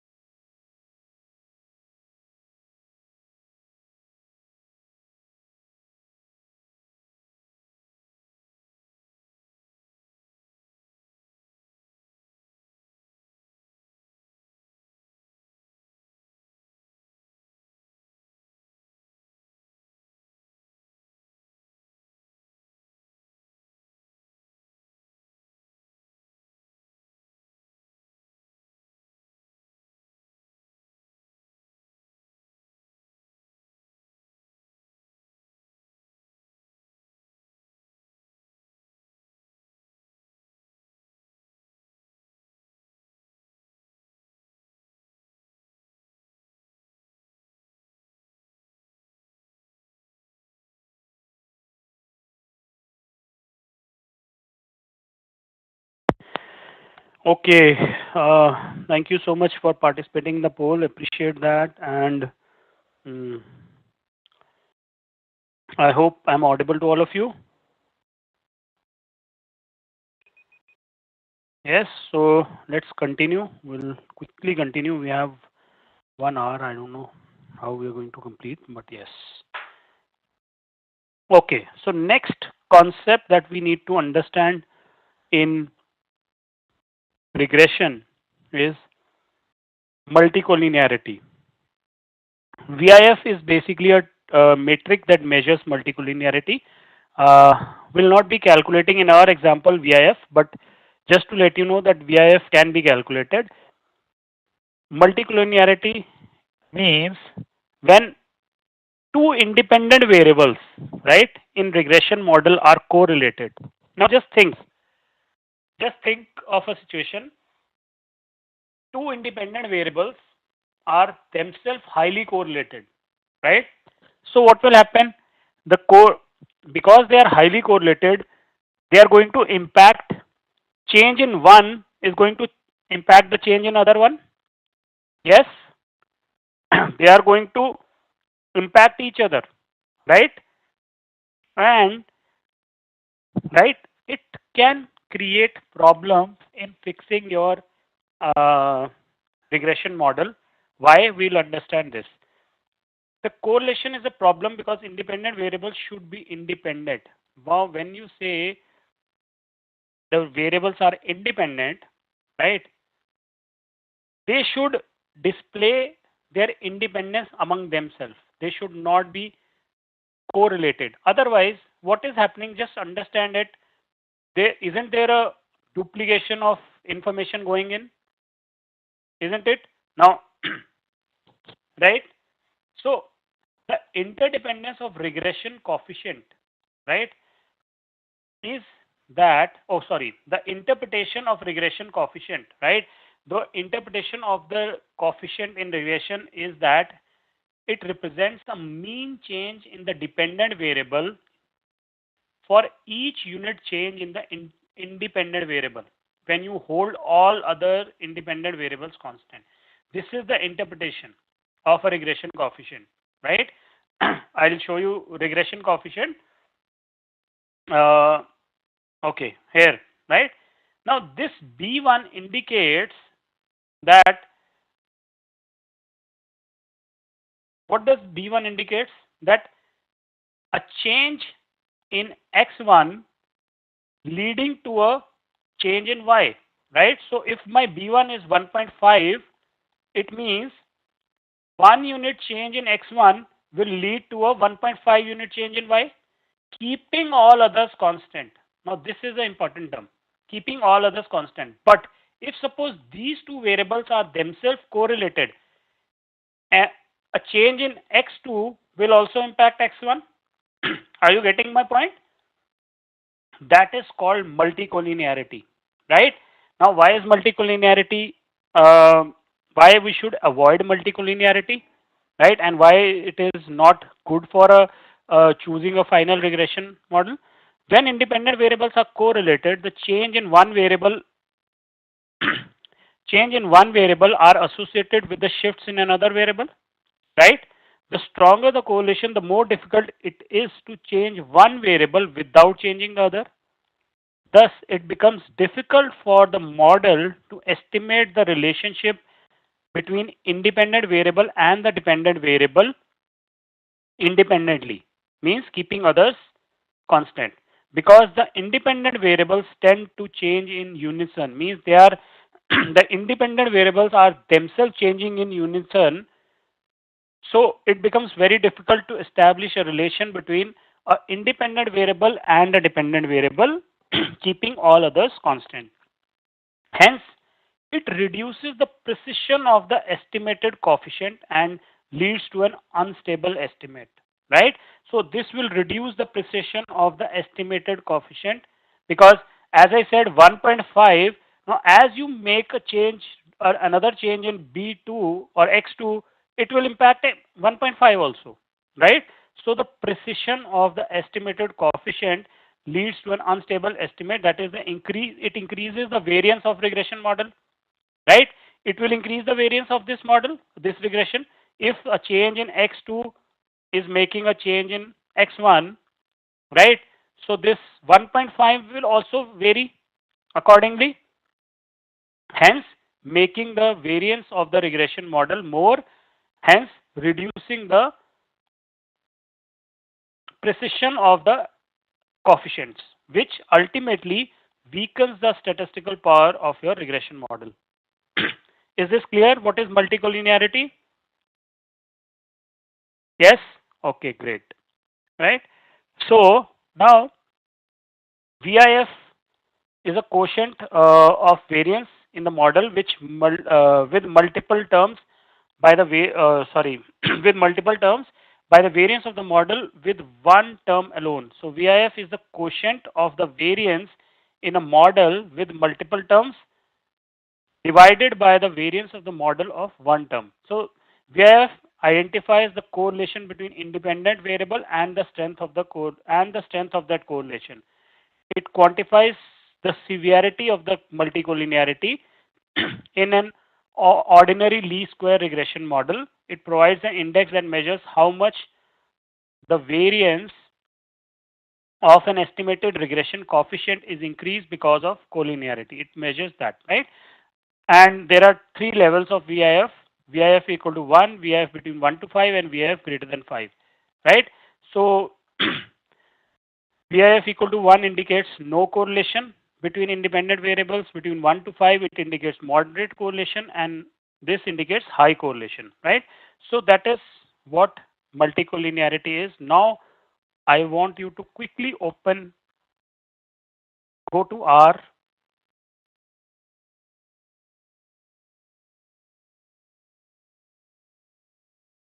and I want you to pick up this data set called wine. I've already shared this data set. In the data set, you will find wine. Okay, I think this is the one. Let me check. Yes, wine. Pick up the file wine. Data0wine.com. Okay. This is the same, this data set is related to the same case that we have discussed. Okay. So quickly do it, import it, and whatever way you want, need not be file.choose, whatever you find simpler, import it, then run structure, summary, and view quickly. Line number 20, when you're done, let me know.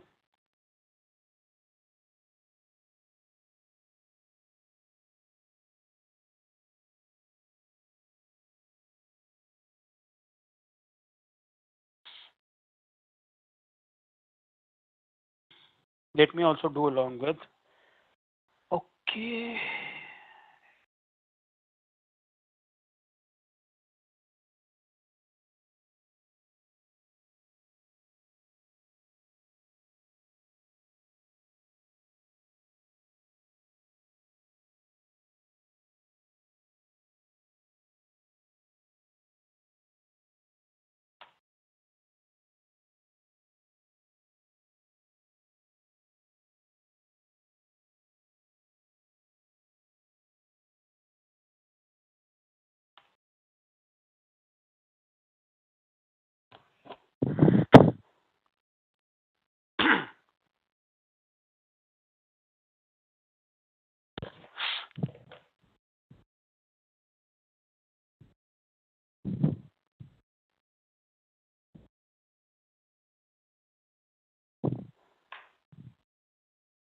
Okay, thanks for the confirmation, Ganupriya. We'll wait for a few more confirmations.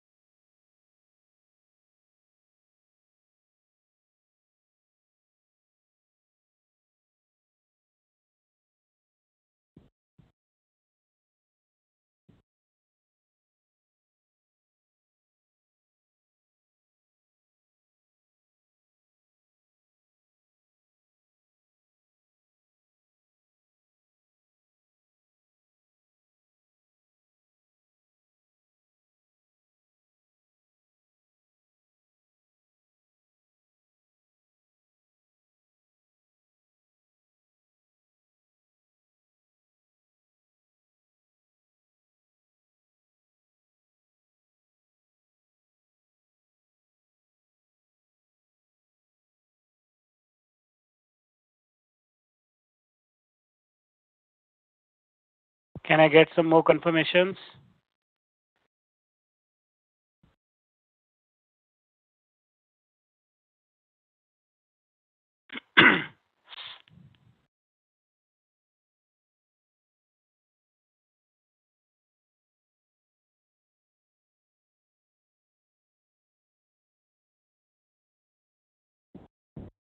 Should not take that long.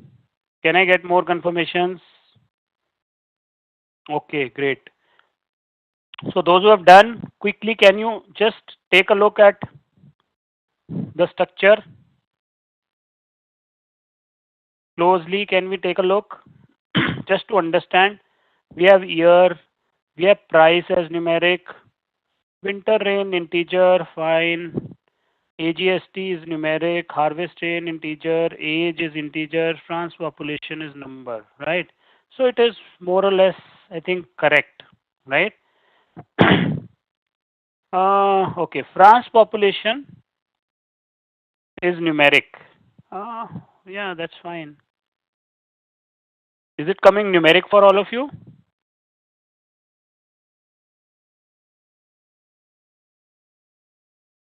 Okay, great. Then it's fine. I think age is also coming numeric.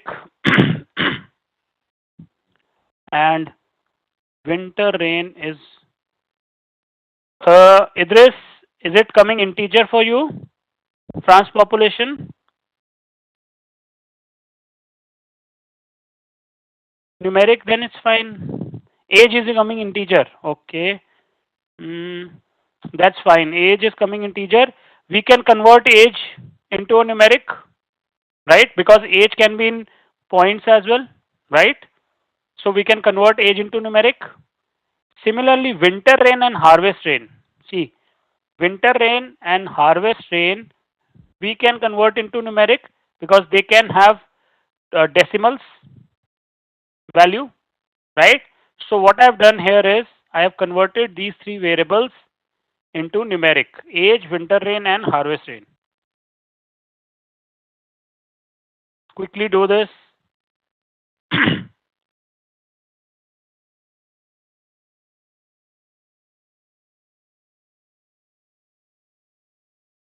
Once you do this, again check the structure just to make sure that all these changes have taken place.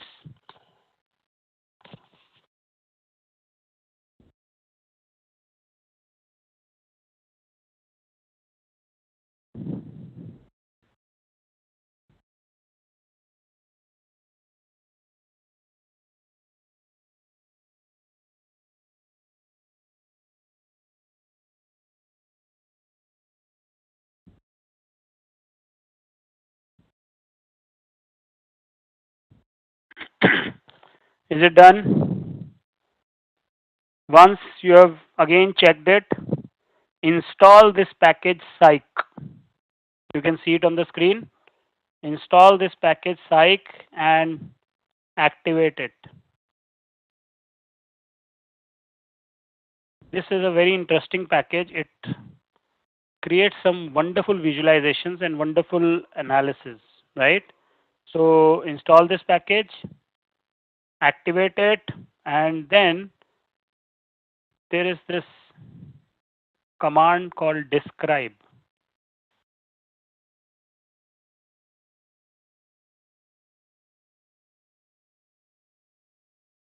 It's described as something like summary statistics, right? It will give you the summary statistics of all the variables.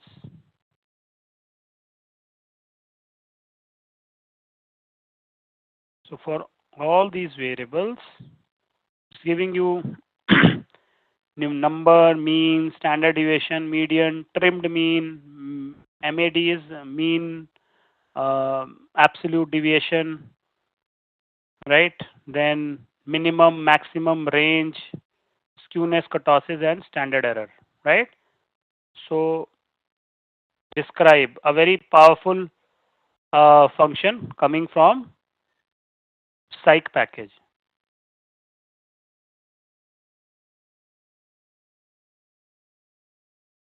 I can view this entire thing in a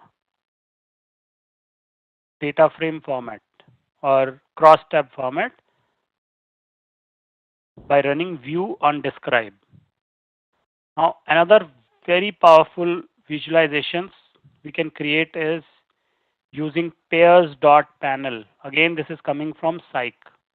Only because of this I have downloaded this package. Oh, sorry, I have installed this just to help you understand how you can analyze all the variables in a single go using pairs.panel.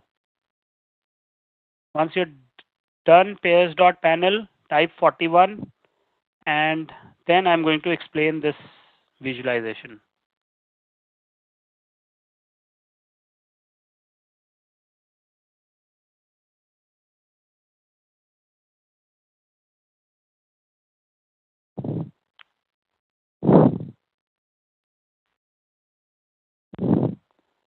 I'll wait for some more confirmations. Those who have done it, just click on Zoom and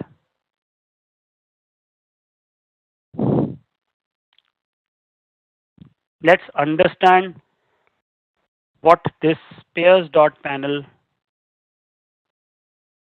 what this visualization is. Let's try and understand this visualization, right? What this visualization is helping us know about the variable. Okay, on the lower side, all the variables are plotted in a 2D dimension. So this is year variable, this is price variable, and this chart is plotting year versus price. Are you getting it? Right? So this visualization, the first one is describing the trend describing the relationship between year and price. Then this one is describing the relation between year and winter rain. This one is describing the relation between price and winter rain. Are you getting it? On the diagonal, you have histograms showing the distribution of the data, right? Along with the density curve. Can you see the density curve also?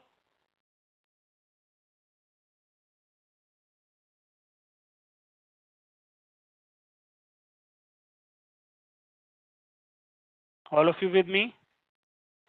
And on the upper side of the quadrant, upper side of this pairs.panel charts, you see some numbers. These show the correlation between these variables. Okay, correlation between year and price is 0.45 negative. Can you see this trend? The red line showing the trend, negative trend is there, minus 0.45, right? Look at this one, price and winter rainfall, 0.14 positive. Okay, look at this one. Can you tell me what is the correlation between price and AGST? Let me see, you can tell me.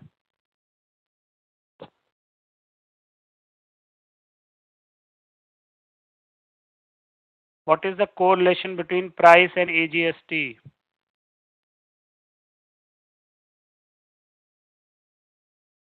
So should I assume you did not get it? Idris, check. So I should assume that you are not getting it and you did not ask also.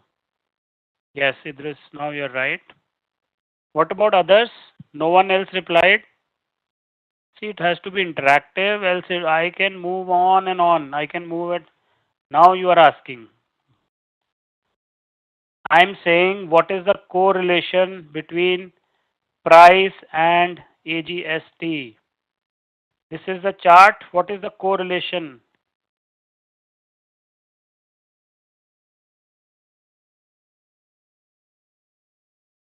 No one else is responding, or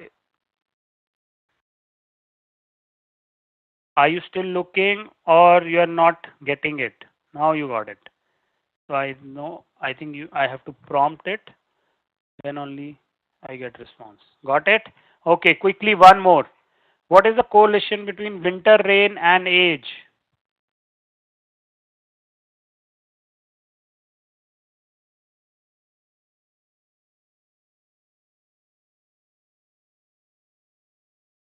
Very good. Got it?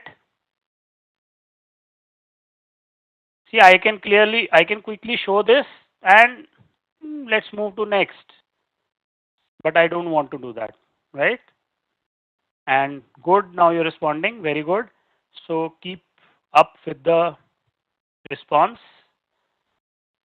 As I said, I think I discussed that. The more you participate, the more you will understand. And there is a research on that. You can find it on the internet. The more you participating, better will be your concentration levels also, right? So it's not a story going on. You are not listening to a story. You are involved in it. Okay. Okay, great. Right. So this isn't this a powerful visualization? Yes, a single chart is showing you tons of information, isn't it? Yes. Okay, great. Now there are some DIY charts which I am not going to discuss. They are just simple charts. These are the charts. I already showed it to you. So I'm not going to spend time here. When you practice it, you can draw these charts later, right? Coming to correlation and covariance. Now, we have seen correlation already, right? Can you tell me the correlation between age and France population using this pairs dot panel? Age and France population, quickly.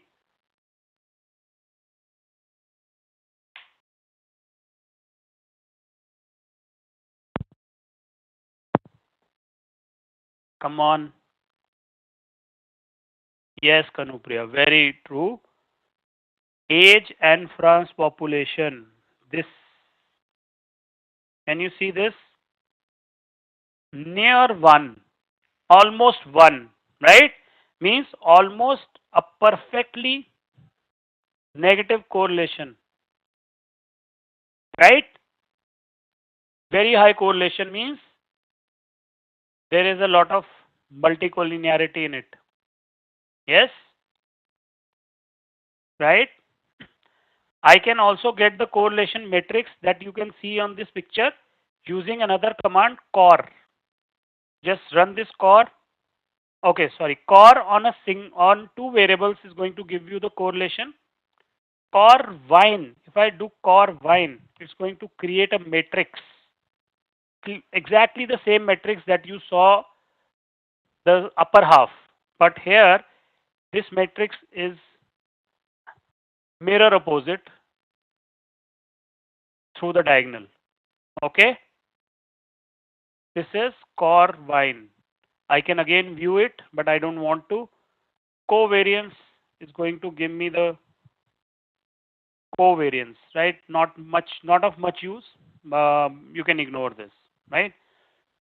Now we are going to run the regression model. Okay, let's run the regression model. Line number 83.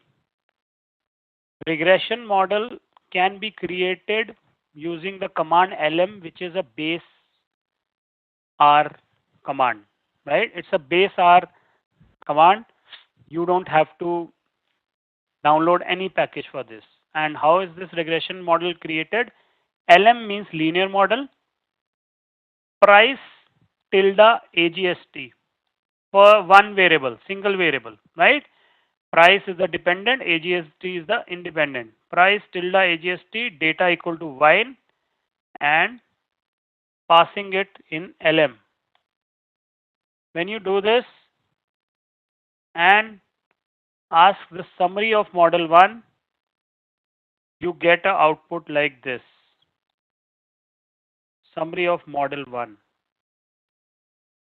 Something like this you will get. Let me know once you get it. Till line number 85, when you do, let me know. Okay, great. I'll wait for 2 more confirmations.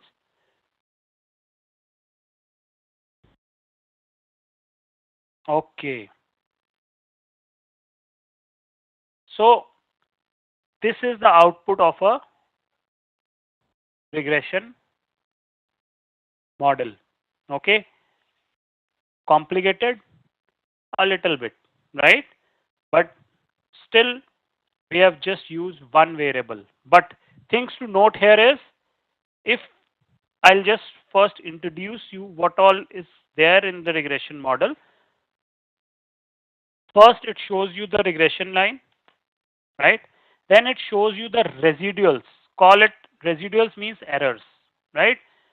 Errors, this is the errors, or you can say the summary of the errors, right? Minimum error, maximum error, and median error. Okay. Then comes the coefficient. I am going to explain this later, but for now just understand. Then comes the coefficient, and then comes the significance ratings. 3 rating, 3 star, 2 star, 1 star, dot, and blank. Okay. 3 star, wherever you see 3 star, it means the very significant variable. Now, how these star ratings are achieved, we'll discuss this. 3 star means very significant variable. 2 star means okay, still a significant variable. 1 star means moderately significant. Star, dot means okay, not that significant. You may want to, you can exclude it. And no star means definitely not significant.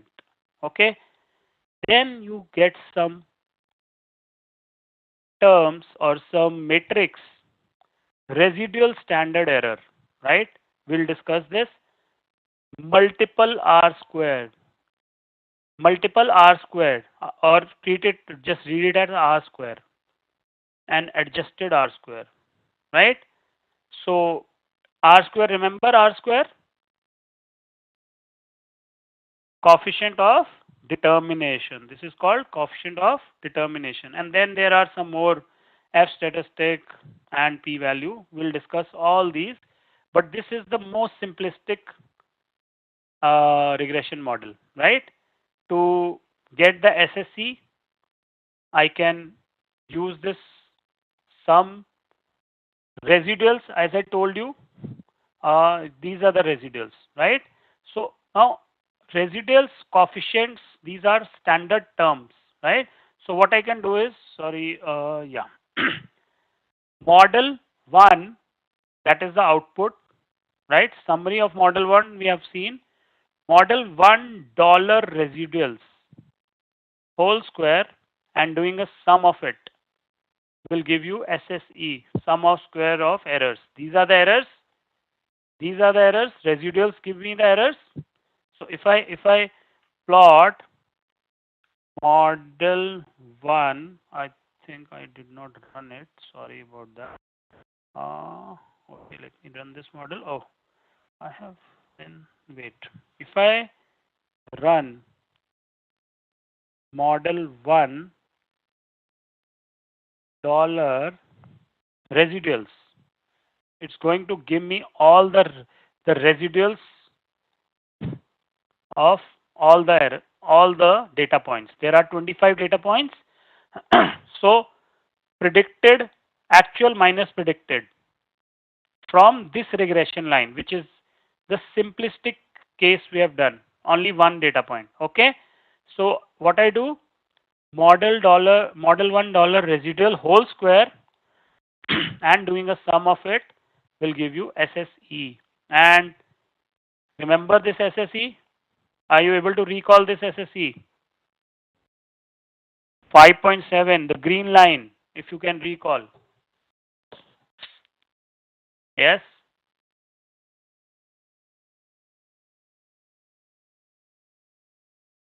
Got it? So please do till 96. Once you're done till 96, then we will move further, and we are going to now run a multiple linear regression after this.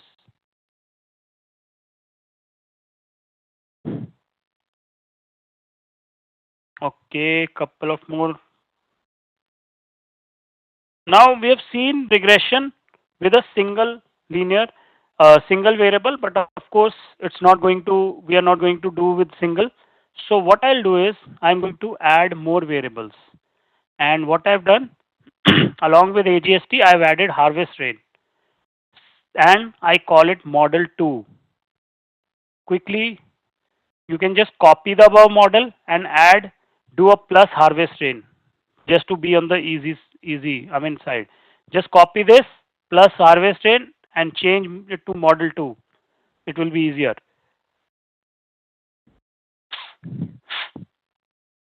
So model 2, when I do model 2, can you see, can you tell me the R square of model 2?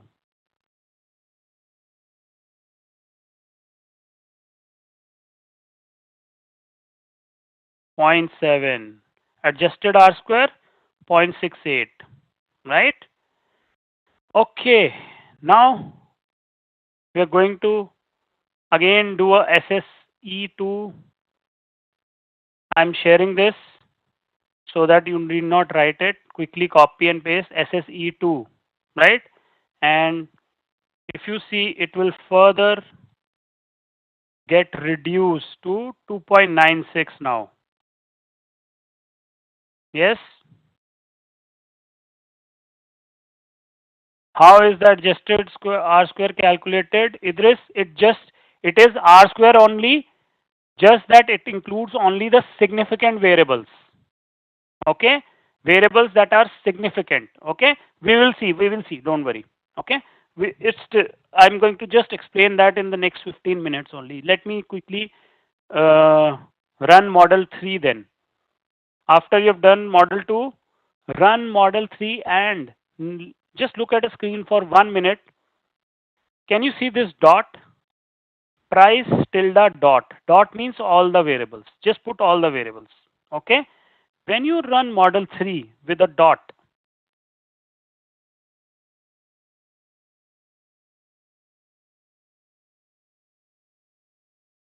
run model 3 with a dot on the right side.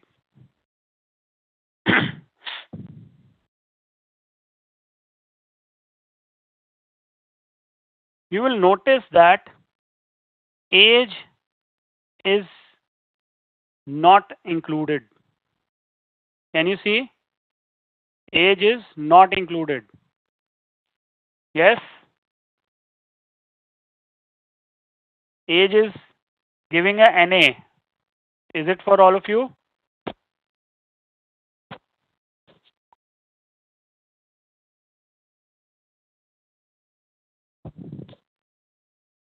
Is age, yes, for all of you? Now, why this age has been removed? See, if you remember, age and France population both had a near perfect correlation, negative correlation, right? So notice this message, one not defined because of singularities, means because of that strong correlation, R has automatically removed 1 because it does not know the industry expertise, right? So what has it done? It has simply removed one of them, right?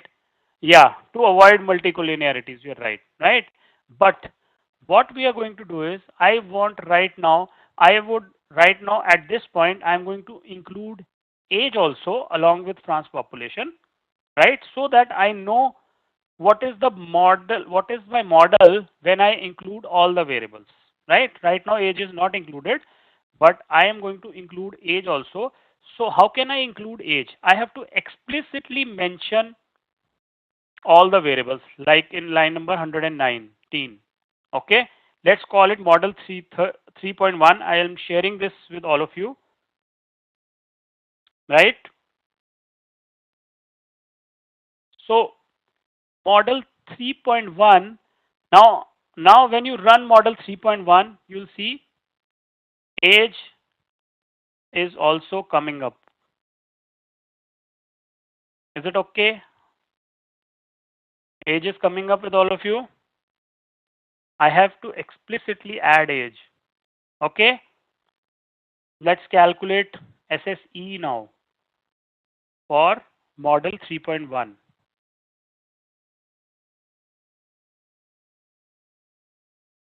Now I want you to do it. Calculate SSE.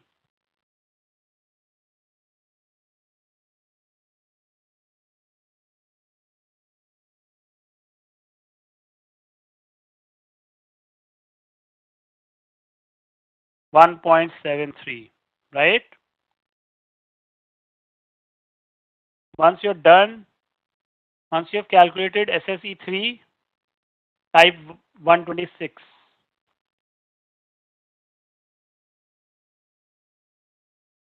Why overfitting? You see, we are not chasing R square. I am consulting R, adjusted R square. Then I am still not over. I am going to play with these. I'm going to remove some variables and check. So we know we are not going to be overfitting the model. Okay. We are aware of overfitting, so I am not just chasing R square, just I'm going to bring in industry expertise also. That is why I have brought in age. Okay, so just hold on for some time. You'll see we will not overfit. Okay, okay, clear till here it is okay. Now our commander approach we'll do later, right? Let's now see. Can you see? I have to first, we'll spend time understanding this output. See, till now we have calculated the output. Now is the time to understand this output and then make some changes, right? Now let's understand each and every element of this output. If you are seeing it for the first time, it might be scary, but don't get scared. You will get an understanding of each and every number in just next 10 minutes. Okay. So regression equation, residuals means the errors, right? Then you have coefficient. So first thing you should that should come to your mind is, what is the regression equation? Isn't it? Yes. So let me write the regression equation. Now this is the same output. If you can see, it's slightly different. GST. No, it's the same. Intercept. I don't know why this intercept have rest. Okay, fine. It's slightly different. I don't know why. Maybe some data points would be different when I calculated here, right? But nevertheless, we are going to understand the output, which is more important. First thing is, right, what is my regression equation, right? So my regression equation is going to be price is equal to, right, first the intercept, C part, right, this, and what is this number? It's, I hope you know it, right? 0.0, sorry, minus 0.0316, yes, or let me put it 3.16 multiplied by 10 raised to power minus 1. Is that okay? This is okay now to everyone? Okay, then next I'm not going to explain it. I'm going to quickly write. So regression equation becomes, this is called intercept. Then plus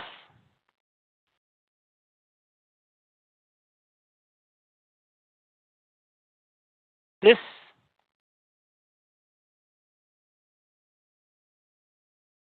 AGST. Is that clear? Then minus, so I'll put plus again and put this number in minus, multiply by HR means harvest rain. Let me put it. Okay. Plus this multiply by winter rain.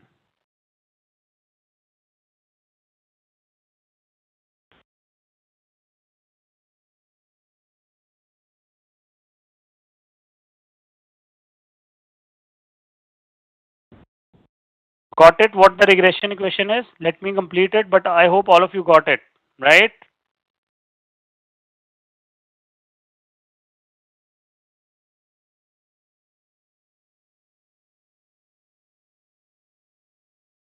Age.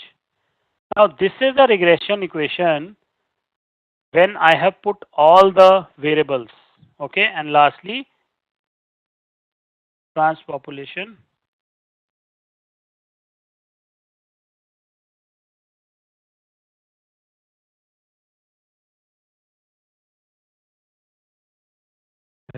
Any, be it any model, right? Any model that you create, it's a iterative process. It's not creating a model, creating a predictive model is an iterative process, right? It's not, I mean, not as concrete as writing a mathematical equation, okay? Like any, yeah, any maths equation. It's not like that, okay? It's an iterative model. Now, let me explain you this output. So got it? What is the regression equation? This is the regression equation. If I include all the variables, but notice there are some star ratings, right? What are they indicating?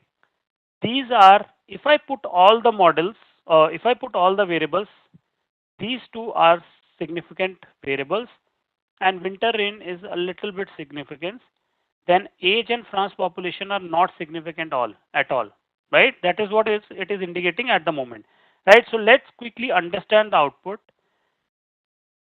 Okay, A, I've put this as column A, column B, column C, column D.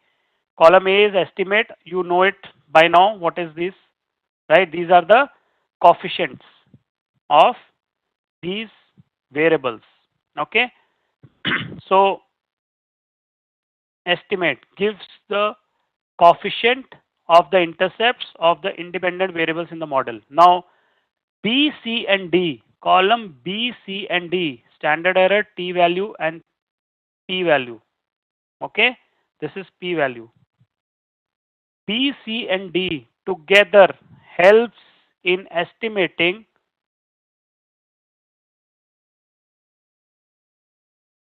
France population is 0.76. That's okay. Should not be that different. 0.49. Yeah, it was. I think here also it's 0.49. This is your France population. Yeah, a little bit different. I don't know why using the same data it has come differently, right? I'll check what exactly. What is your R square? What is your R square? R square, not SSE.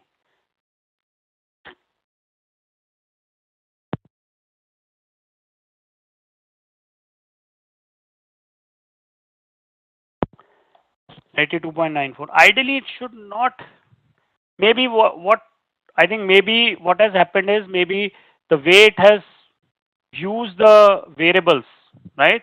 That might have gone different. the model, right? But ideally it should not come up with a different result, right?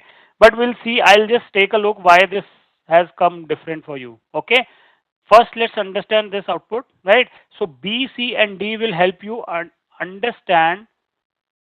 B, C plus B plus C plus D helps in estimating if the variable should be included in the final model or if the coefficient is significantly different from zero. Now, this is very interesting line.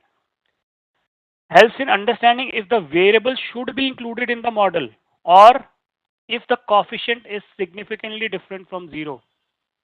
Now, tell me, if the coefficient is significantly different from zero, right? What does that mean? When coefficient is significantly different from zero, this is the coefficient, right? Yes, it is different from zero means it is a variable that is important. If this is not different from zero, it will make this zero. If in my equation, if this becomes zero, or this number becomes zero, then this variable is not significant, isn't it? It does not impact my price.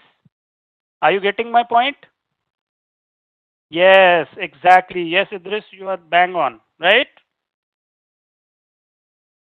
It will not make an impact on the price if I make the coefficient zero, and that is what this B plus C plus D helps you test.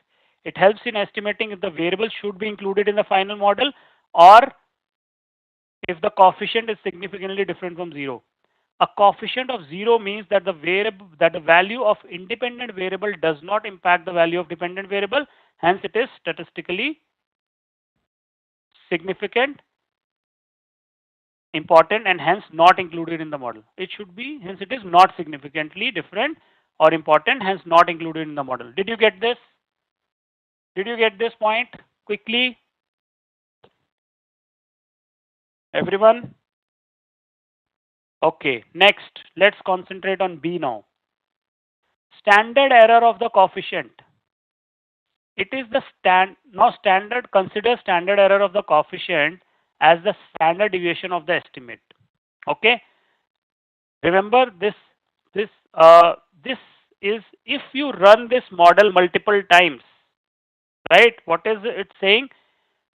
If you run this model multiple times, there will be a slight variation. That is what I'm discussing B only. Pungodi, I'm discussing B only.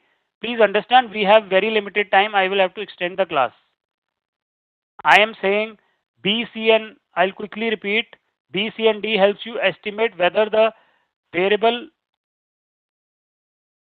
whether the coefficient, this is the coefficient, whether this coefficient is significantly different from zero or it is whether the coefficient is significantly different from zero or it is not different from zero. Is that okay?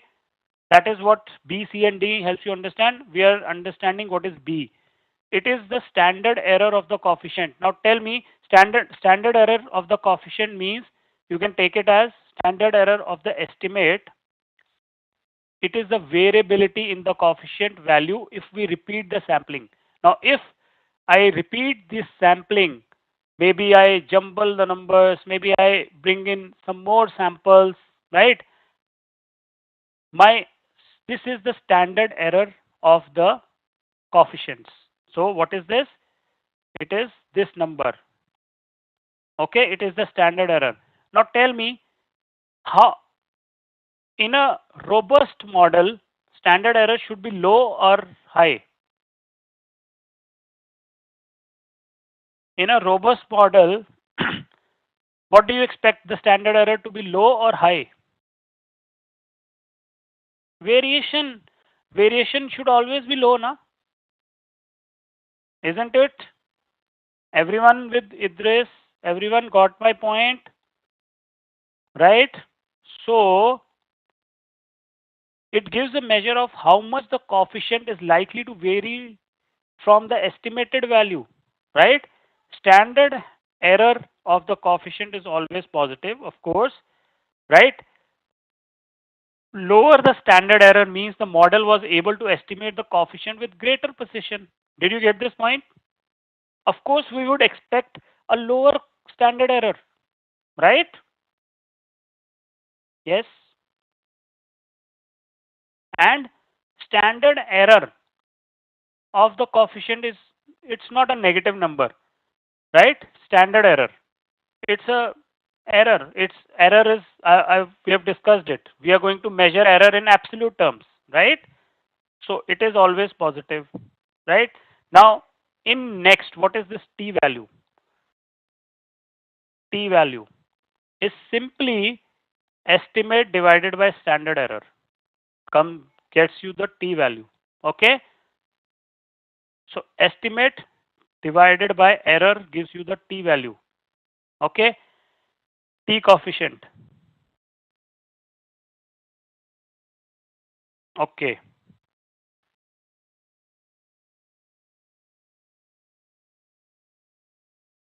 Correct, Pradeep. You have observed it correctly. Now, tell me, if the you want standard error to be low, yes. So lower the standard error means higher is going to be the t value. Yes, isn't it?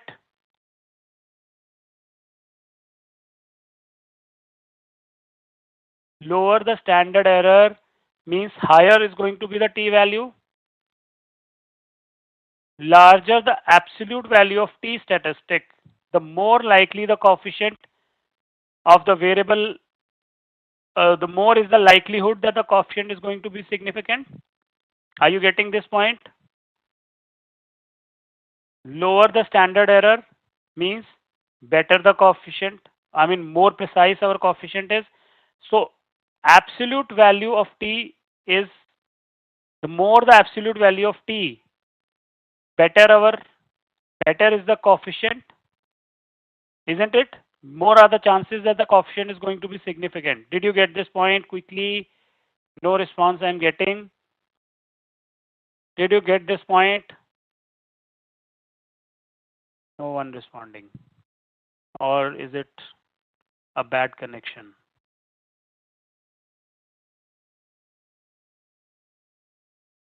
Am I audible? Or are you absorbing? Am I audible? Okay. So I think maybe your responses got stuck maybe then, right? Now I've got, all of a sudden I've got some responses. Okay. Okay, I'll repeat. Till here it is okay, Idris? Till here it is okay? Right? Now tell me, we discussed lower the standard error, better it is, because it is with greater precision we will be able to get the value of the estimate, isn't it? Idris, please reply.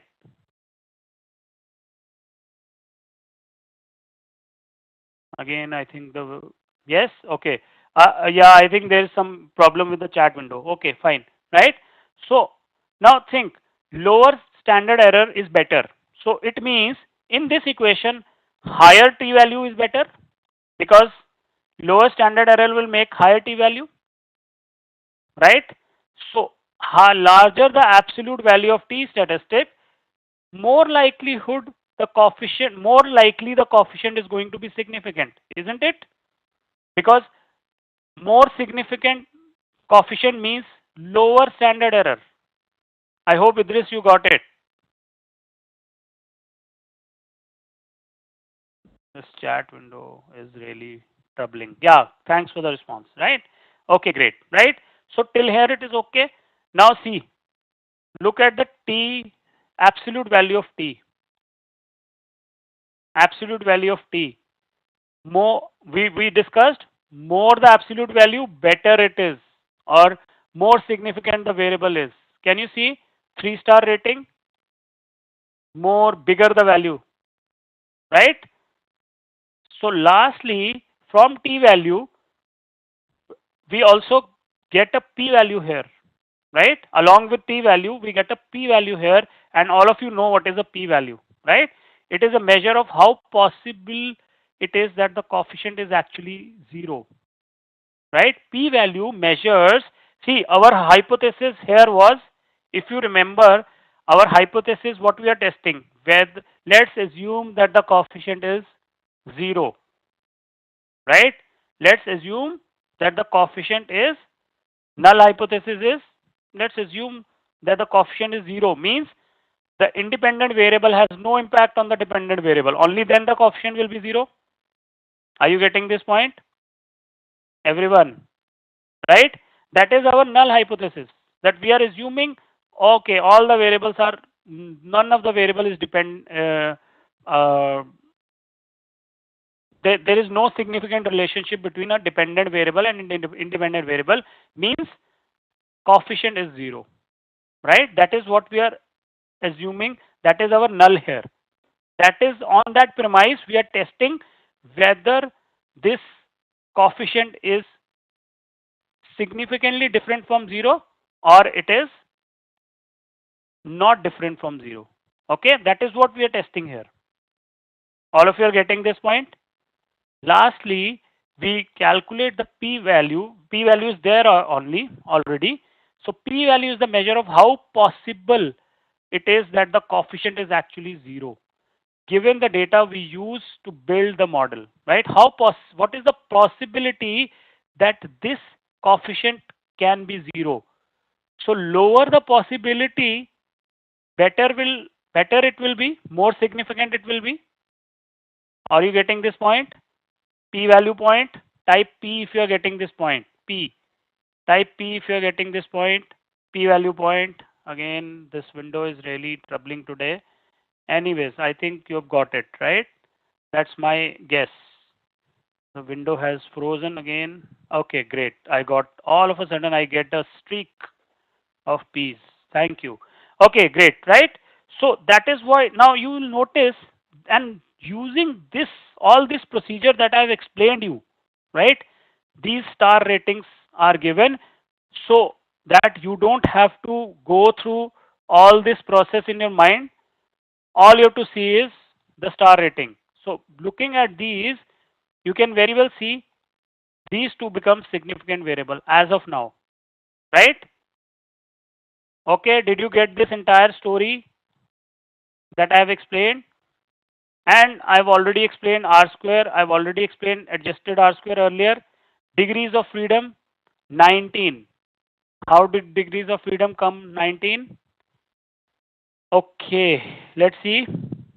Residual, I've already explained.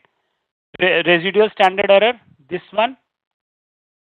Residual standard error is the error that comes when, I think, also called the standard error of the model, standard deviation of the errors. This is the standard deviation of the errors. It generally quantifies how well or poorly the model is predicted, right? Basically, the standard error of the model, complete model. Okay, what is the standard error of the model, or standard deviation of all the errors? This is called residual standard error, right? I've explained R square, adjusted R square, and there is this F statistic. It measures the significance of the overall model, not just one variable. So overall, F statistic gives you the significance of overall model, right? On 5 and 19 degrees of freedom. Okay, then you have this p-value. Okay, so bigger the F, when now this F statistic is used when you have to compare two models. Okay, the bigger the F statistics, better it is, right? It is used when you are only comparing two models. Okay, so that's how you understand, that's how you interpret a regression model. Now there are some more things to be taken care of. You cannot blindly pick these two variables and say, okay, this is our regression equation, okay, or maximum these three, right? Because herein a very important thing comes in, multicollinearity. We know age and transpopulation has a lot of multicollinearity, yes? So I am not going to include both of them in my model, Okay, I cannot include both of them in my model because there is a lot of multicollinearity, right? We have seen this. So what will I do? This is just a package. I'll quickly share this with you. This will draw, this will help you, wait, I don't know, again that, come on, yaar. This window is really troubling.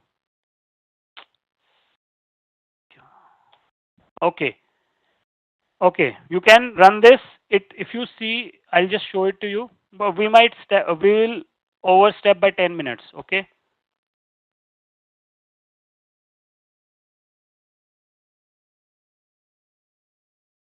If I run this, okay, run this all the four. Run line number 158 also. Okay. So this is our correlation matrix, and core plot gives you the correlation in this form.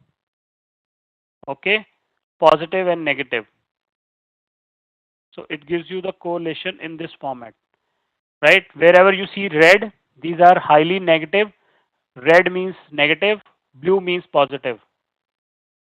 Okay, so this is just, this can be, you can get this using core plot uh, package. Okay. Okay, now one thing is multicollinearity is still there. So it means we will have to strike out one of them, age or France population, right? So what we are going to do is, also when we took help from industry experts, I don't know how closely you follow this industry, but we also discussed that older the age of the wine, it's a very significant variable, right? Age of the wine is a very significant variable, and that, as a data scientist, you might not know, but an industry expert will tell you that you cannot strike out age, right? You can strike out France population, they are not bothered about it, but you cannot strike out age from the model, which at the moment is indicated as a insignificant variable, right? So what we are going to do is, we are going to run two models wherein I have removed both of them, right? And we'll look at, if I remove both of them, what is the impact. See, if I remove both of them in model 5, I'll share these codes with you so that you don't have to write these, right?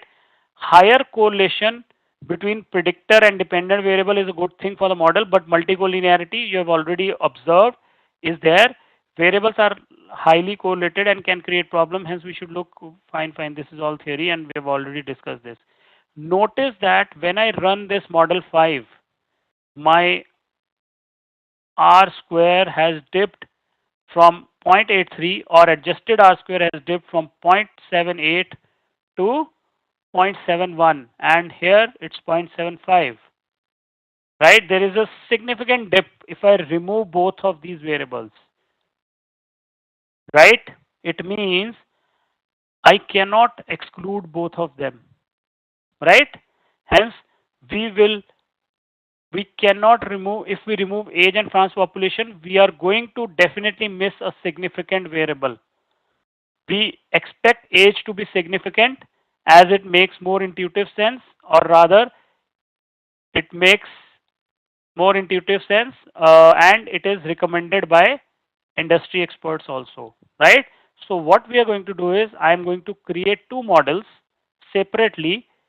I am going to come up with two models. In one of them, I am including age, and in the other one, I am including France population, right? So please run these two models, name it as 4.1 and model 4.2.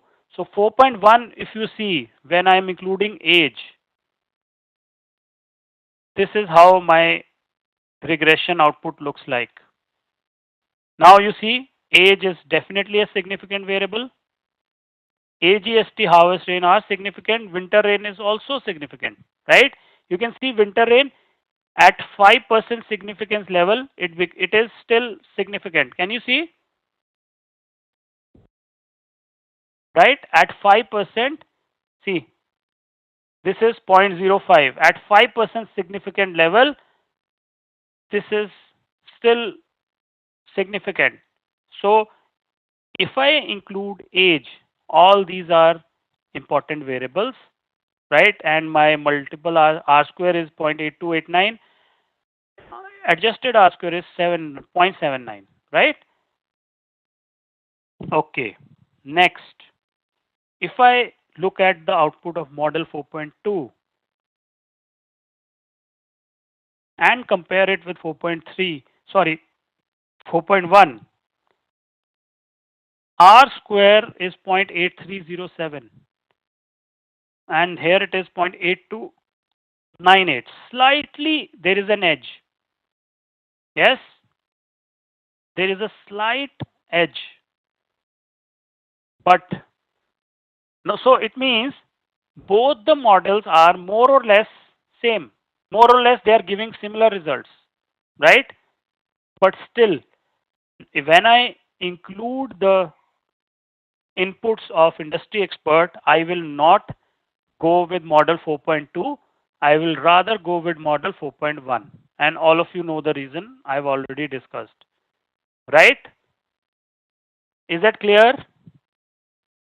So can you see it's an iterative process. It's not that I have run the code, okay, I just put all the variables and then just pick up that model. No, you have to do a lot of iteration.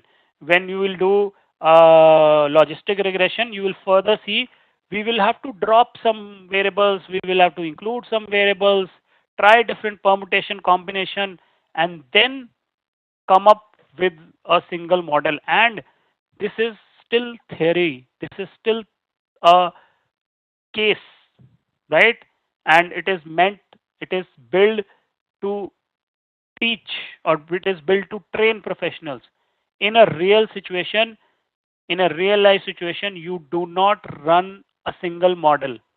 You run various models. I will run uh, this regression, decision tree, I will run random forest, I will run SVM, maybe various other models we will run and we'll see where am I getting the maximum accuracy.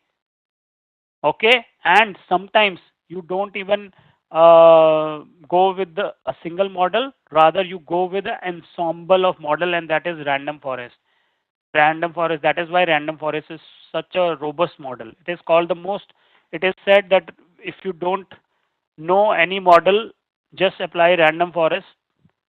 It's a ensemble of model, right? It's far more accurate than many, because it is combining various models and giving you the result. We'll come to random forest later, right? But is this okay? Okay, now last thing left is we have finalized our model 4.1, right? And let's keep 4.2 also, right? And we'll see the, sorry to interrupt, please let me know while closing the session. Oh, sorry. I'll take 5-10 minutes more, okay? Um, sorry, I missed your name. Shashank, right?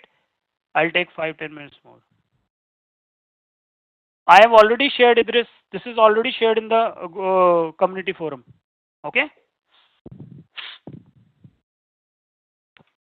Okay. Quickly now, what we are going to do is I have another file here. Wine test 8 years. Can you see this? There's this file wine test 8 years. Pick up this file. Right? Pick up this file, and now we are going to see how the predictions are going to come when I am with both the models. So I'll pick up this file.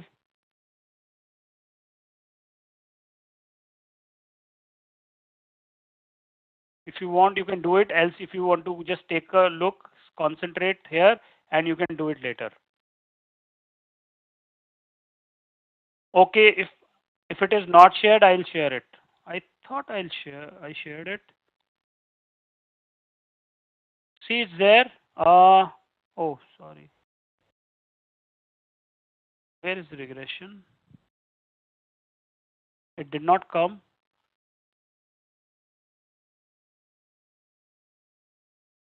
Where is regression? I shared it, na? I did not. It it's not reflecting. Okay, yeah, now it's there. So it's there. This linear models. Okay, it's there. Idris, just refresh it. You'll see it. Okay, fine. So now all of you have imported this file. Structure wine test. If you see, it has 8 observations, 7 variables, right? And these are the variables, right? Now what we are going to do is I am going to predict. Predict is the command model 4.1 and we say new data is equal to wine test, right? So this is going to calculate the predictions for price. Can you see the predictions for price?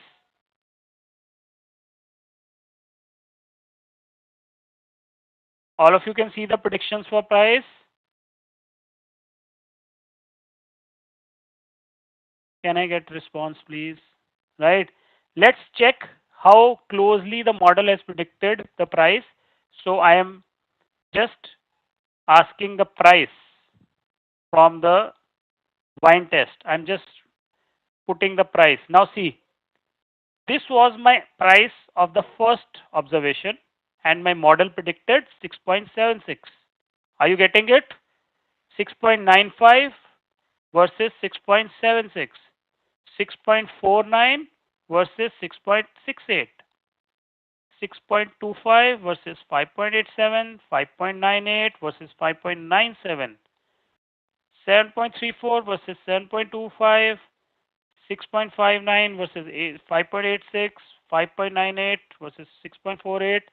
So if you see, our model has done a fairly good job. Are you getting this? Are you getting this? The first model has done a fairly good job, right? Similarly, you can do it for model 2 as well. And if I do it, you'll see this is the output from the model 2, right? So because model 4.2 and 4.1 both were generating a fairly good R square and adjusted R square, right? But we are going to select 4.1 over 4.2 because of the advice of the industry experts, right? Because we cannot afford to exclude age. Is that clear? So that is why we will go with 4.2, right? Now in the end, we have just calculated SSE1 and SSE2. I can share these and you'll see these are the SSEs, right? Sum of square of errors. Okay, this.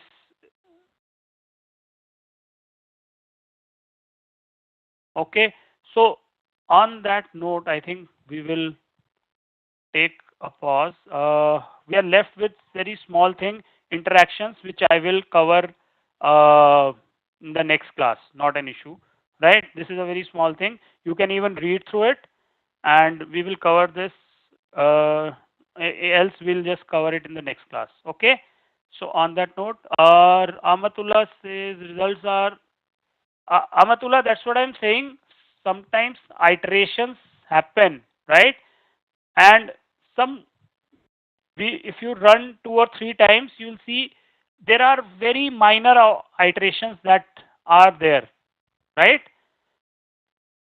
So it's okay. It should not be starkly different.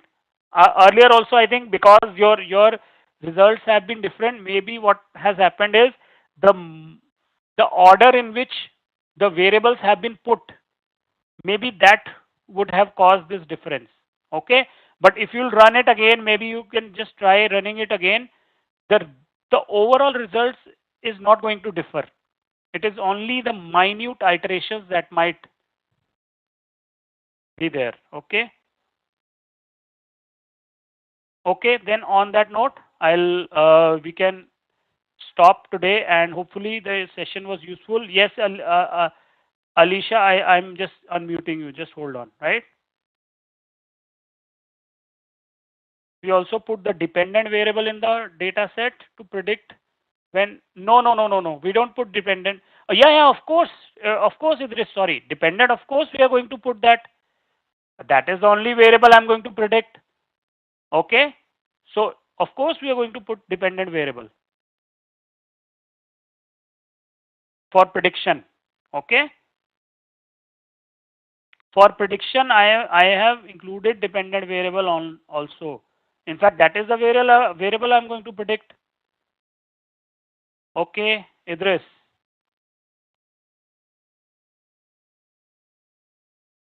Idris, is that okay? Right? Yeah. Please check the file. No, it is not included. Okay, just hold on. But Idris, everyone has got that R files. Everyone, did you get the R script files? Alicia, I'll just unmute you. Just hold on. Right? Yes. See, others have got it. Idris. Right? So maybe someone can help Idris. Right? Okay, Alicia, I'm unmuting you. Alicia. Okay. Yes, you can speak now. Hi, can you hear me? Yes, Alicia, I'm able to hear you. The thing is, I've missed many of the sessions. Okay. I've covered only 3 sessions until now. Third session was completed today. So actually, I was stuck with something very important, due to which I couldn't attend the class. I'm going through your recorded sessions, and I've completed 3 sessions. Will it be possible for me to cover up the pending sessions in coming 2 days, Saturday and Sunday? Will that be possible? I mean, I'm new to this. You're completely I'm not from the coding background. Okay, you're not. Sorry? See, no, you're completely new to this. Yes. See, I'm from commerce background. Yeah. okay.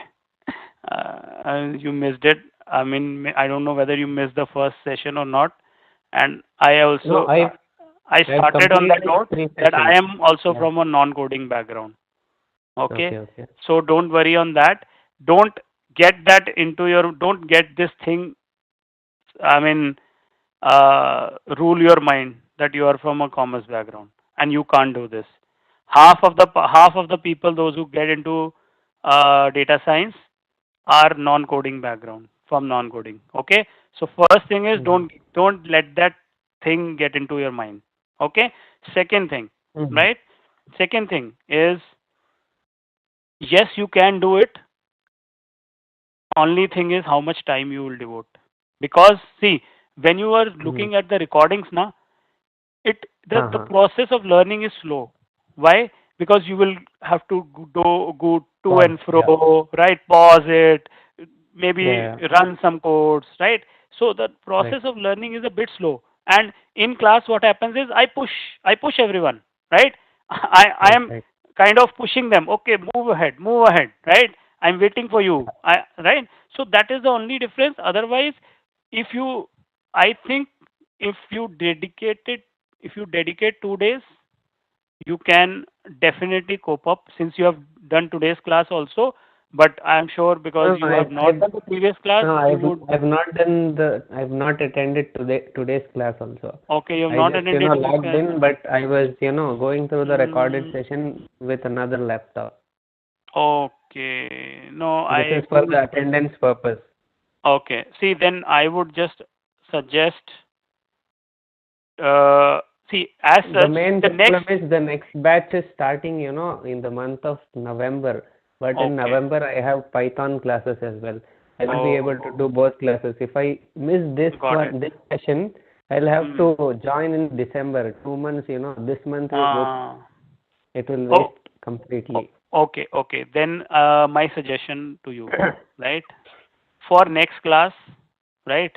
You don't need to see regression is a standalone topic. You can take it as that, right? So for next 2 days, try to cover as much as possible before regression. Okay? Okay. Before regression, okay, but do not miss the last session. That was yesterday's session. Okay? Are you getting it? Yesterday. Do not miss Okay, the okay. yesterday's session. Do not forget to go through the recordings of that. Okay? In Okay, fact, I would one say, thing. I would One. say just Okay. yeah. Yeah. Do not Sure, miss sure. the last. Do not miss the sessions from inferential statistics. Just check wherever inferential statistics is there. You have to go through that. Data visualization, 2 sessions will be there. You can still manage that later. Start from first Okay. session, second session, right? Third session, right? Then fourth and fifth, maybe you can just skip. That is data visualization. Maybe you Okay. can just check, right? Data visualization you Okay, can okay. skip, and then after that, inferential statistics, 2 sessions.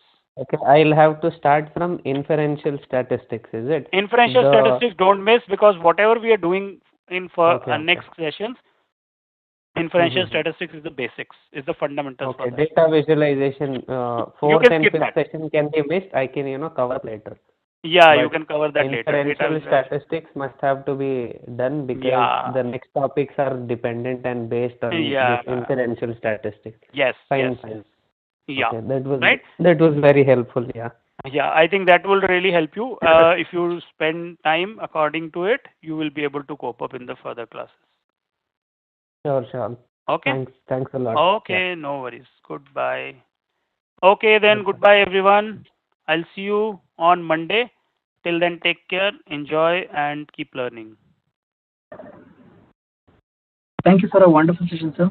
And thank you everyone for your participation. You have shared our feedback survey form in your browser. If you like the session, please let us 5. For anything less than 5, please share your comments to help us understand what went wrong. It will help us to improve in upcoming sessions.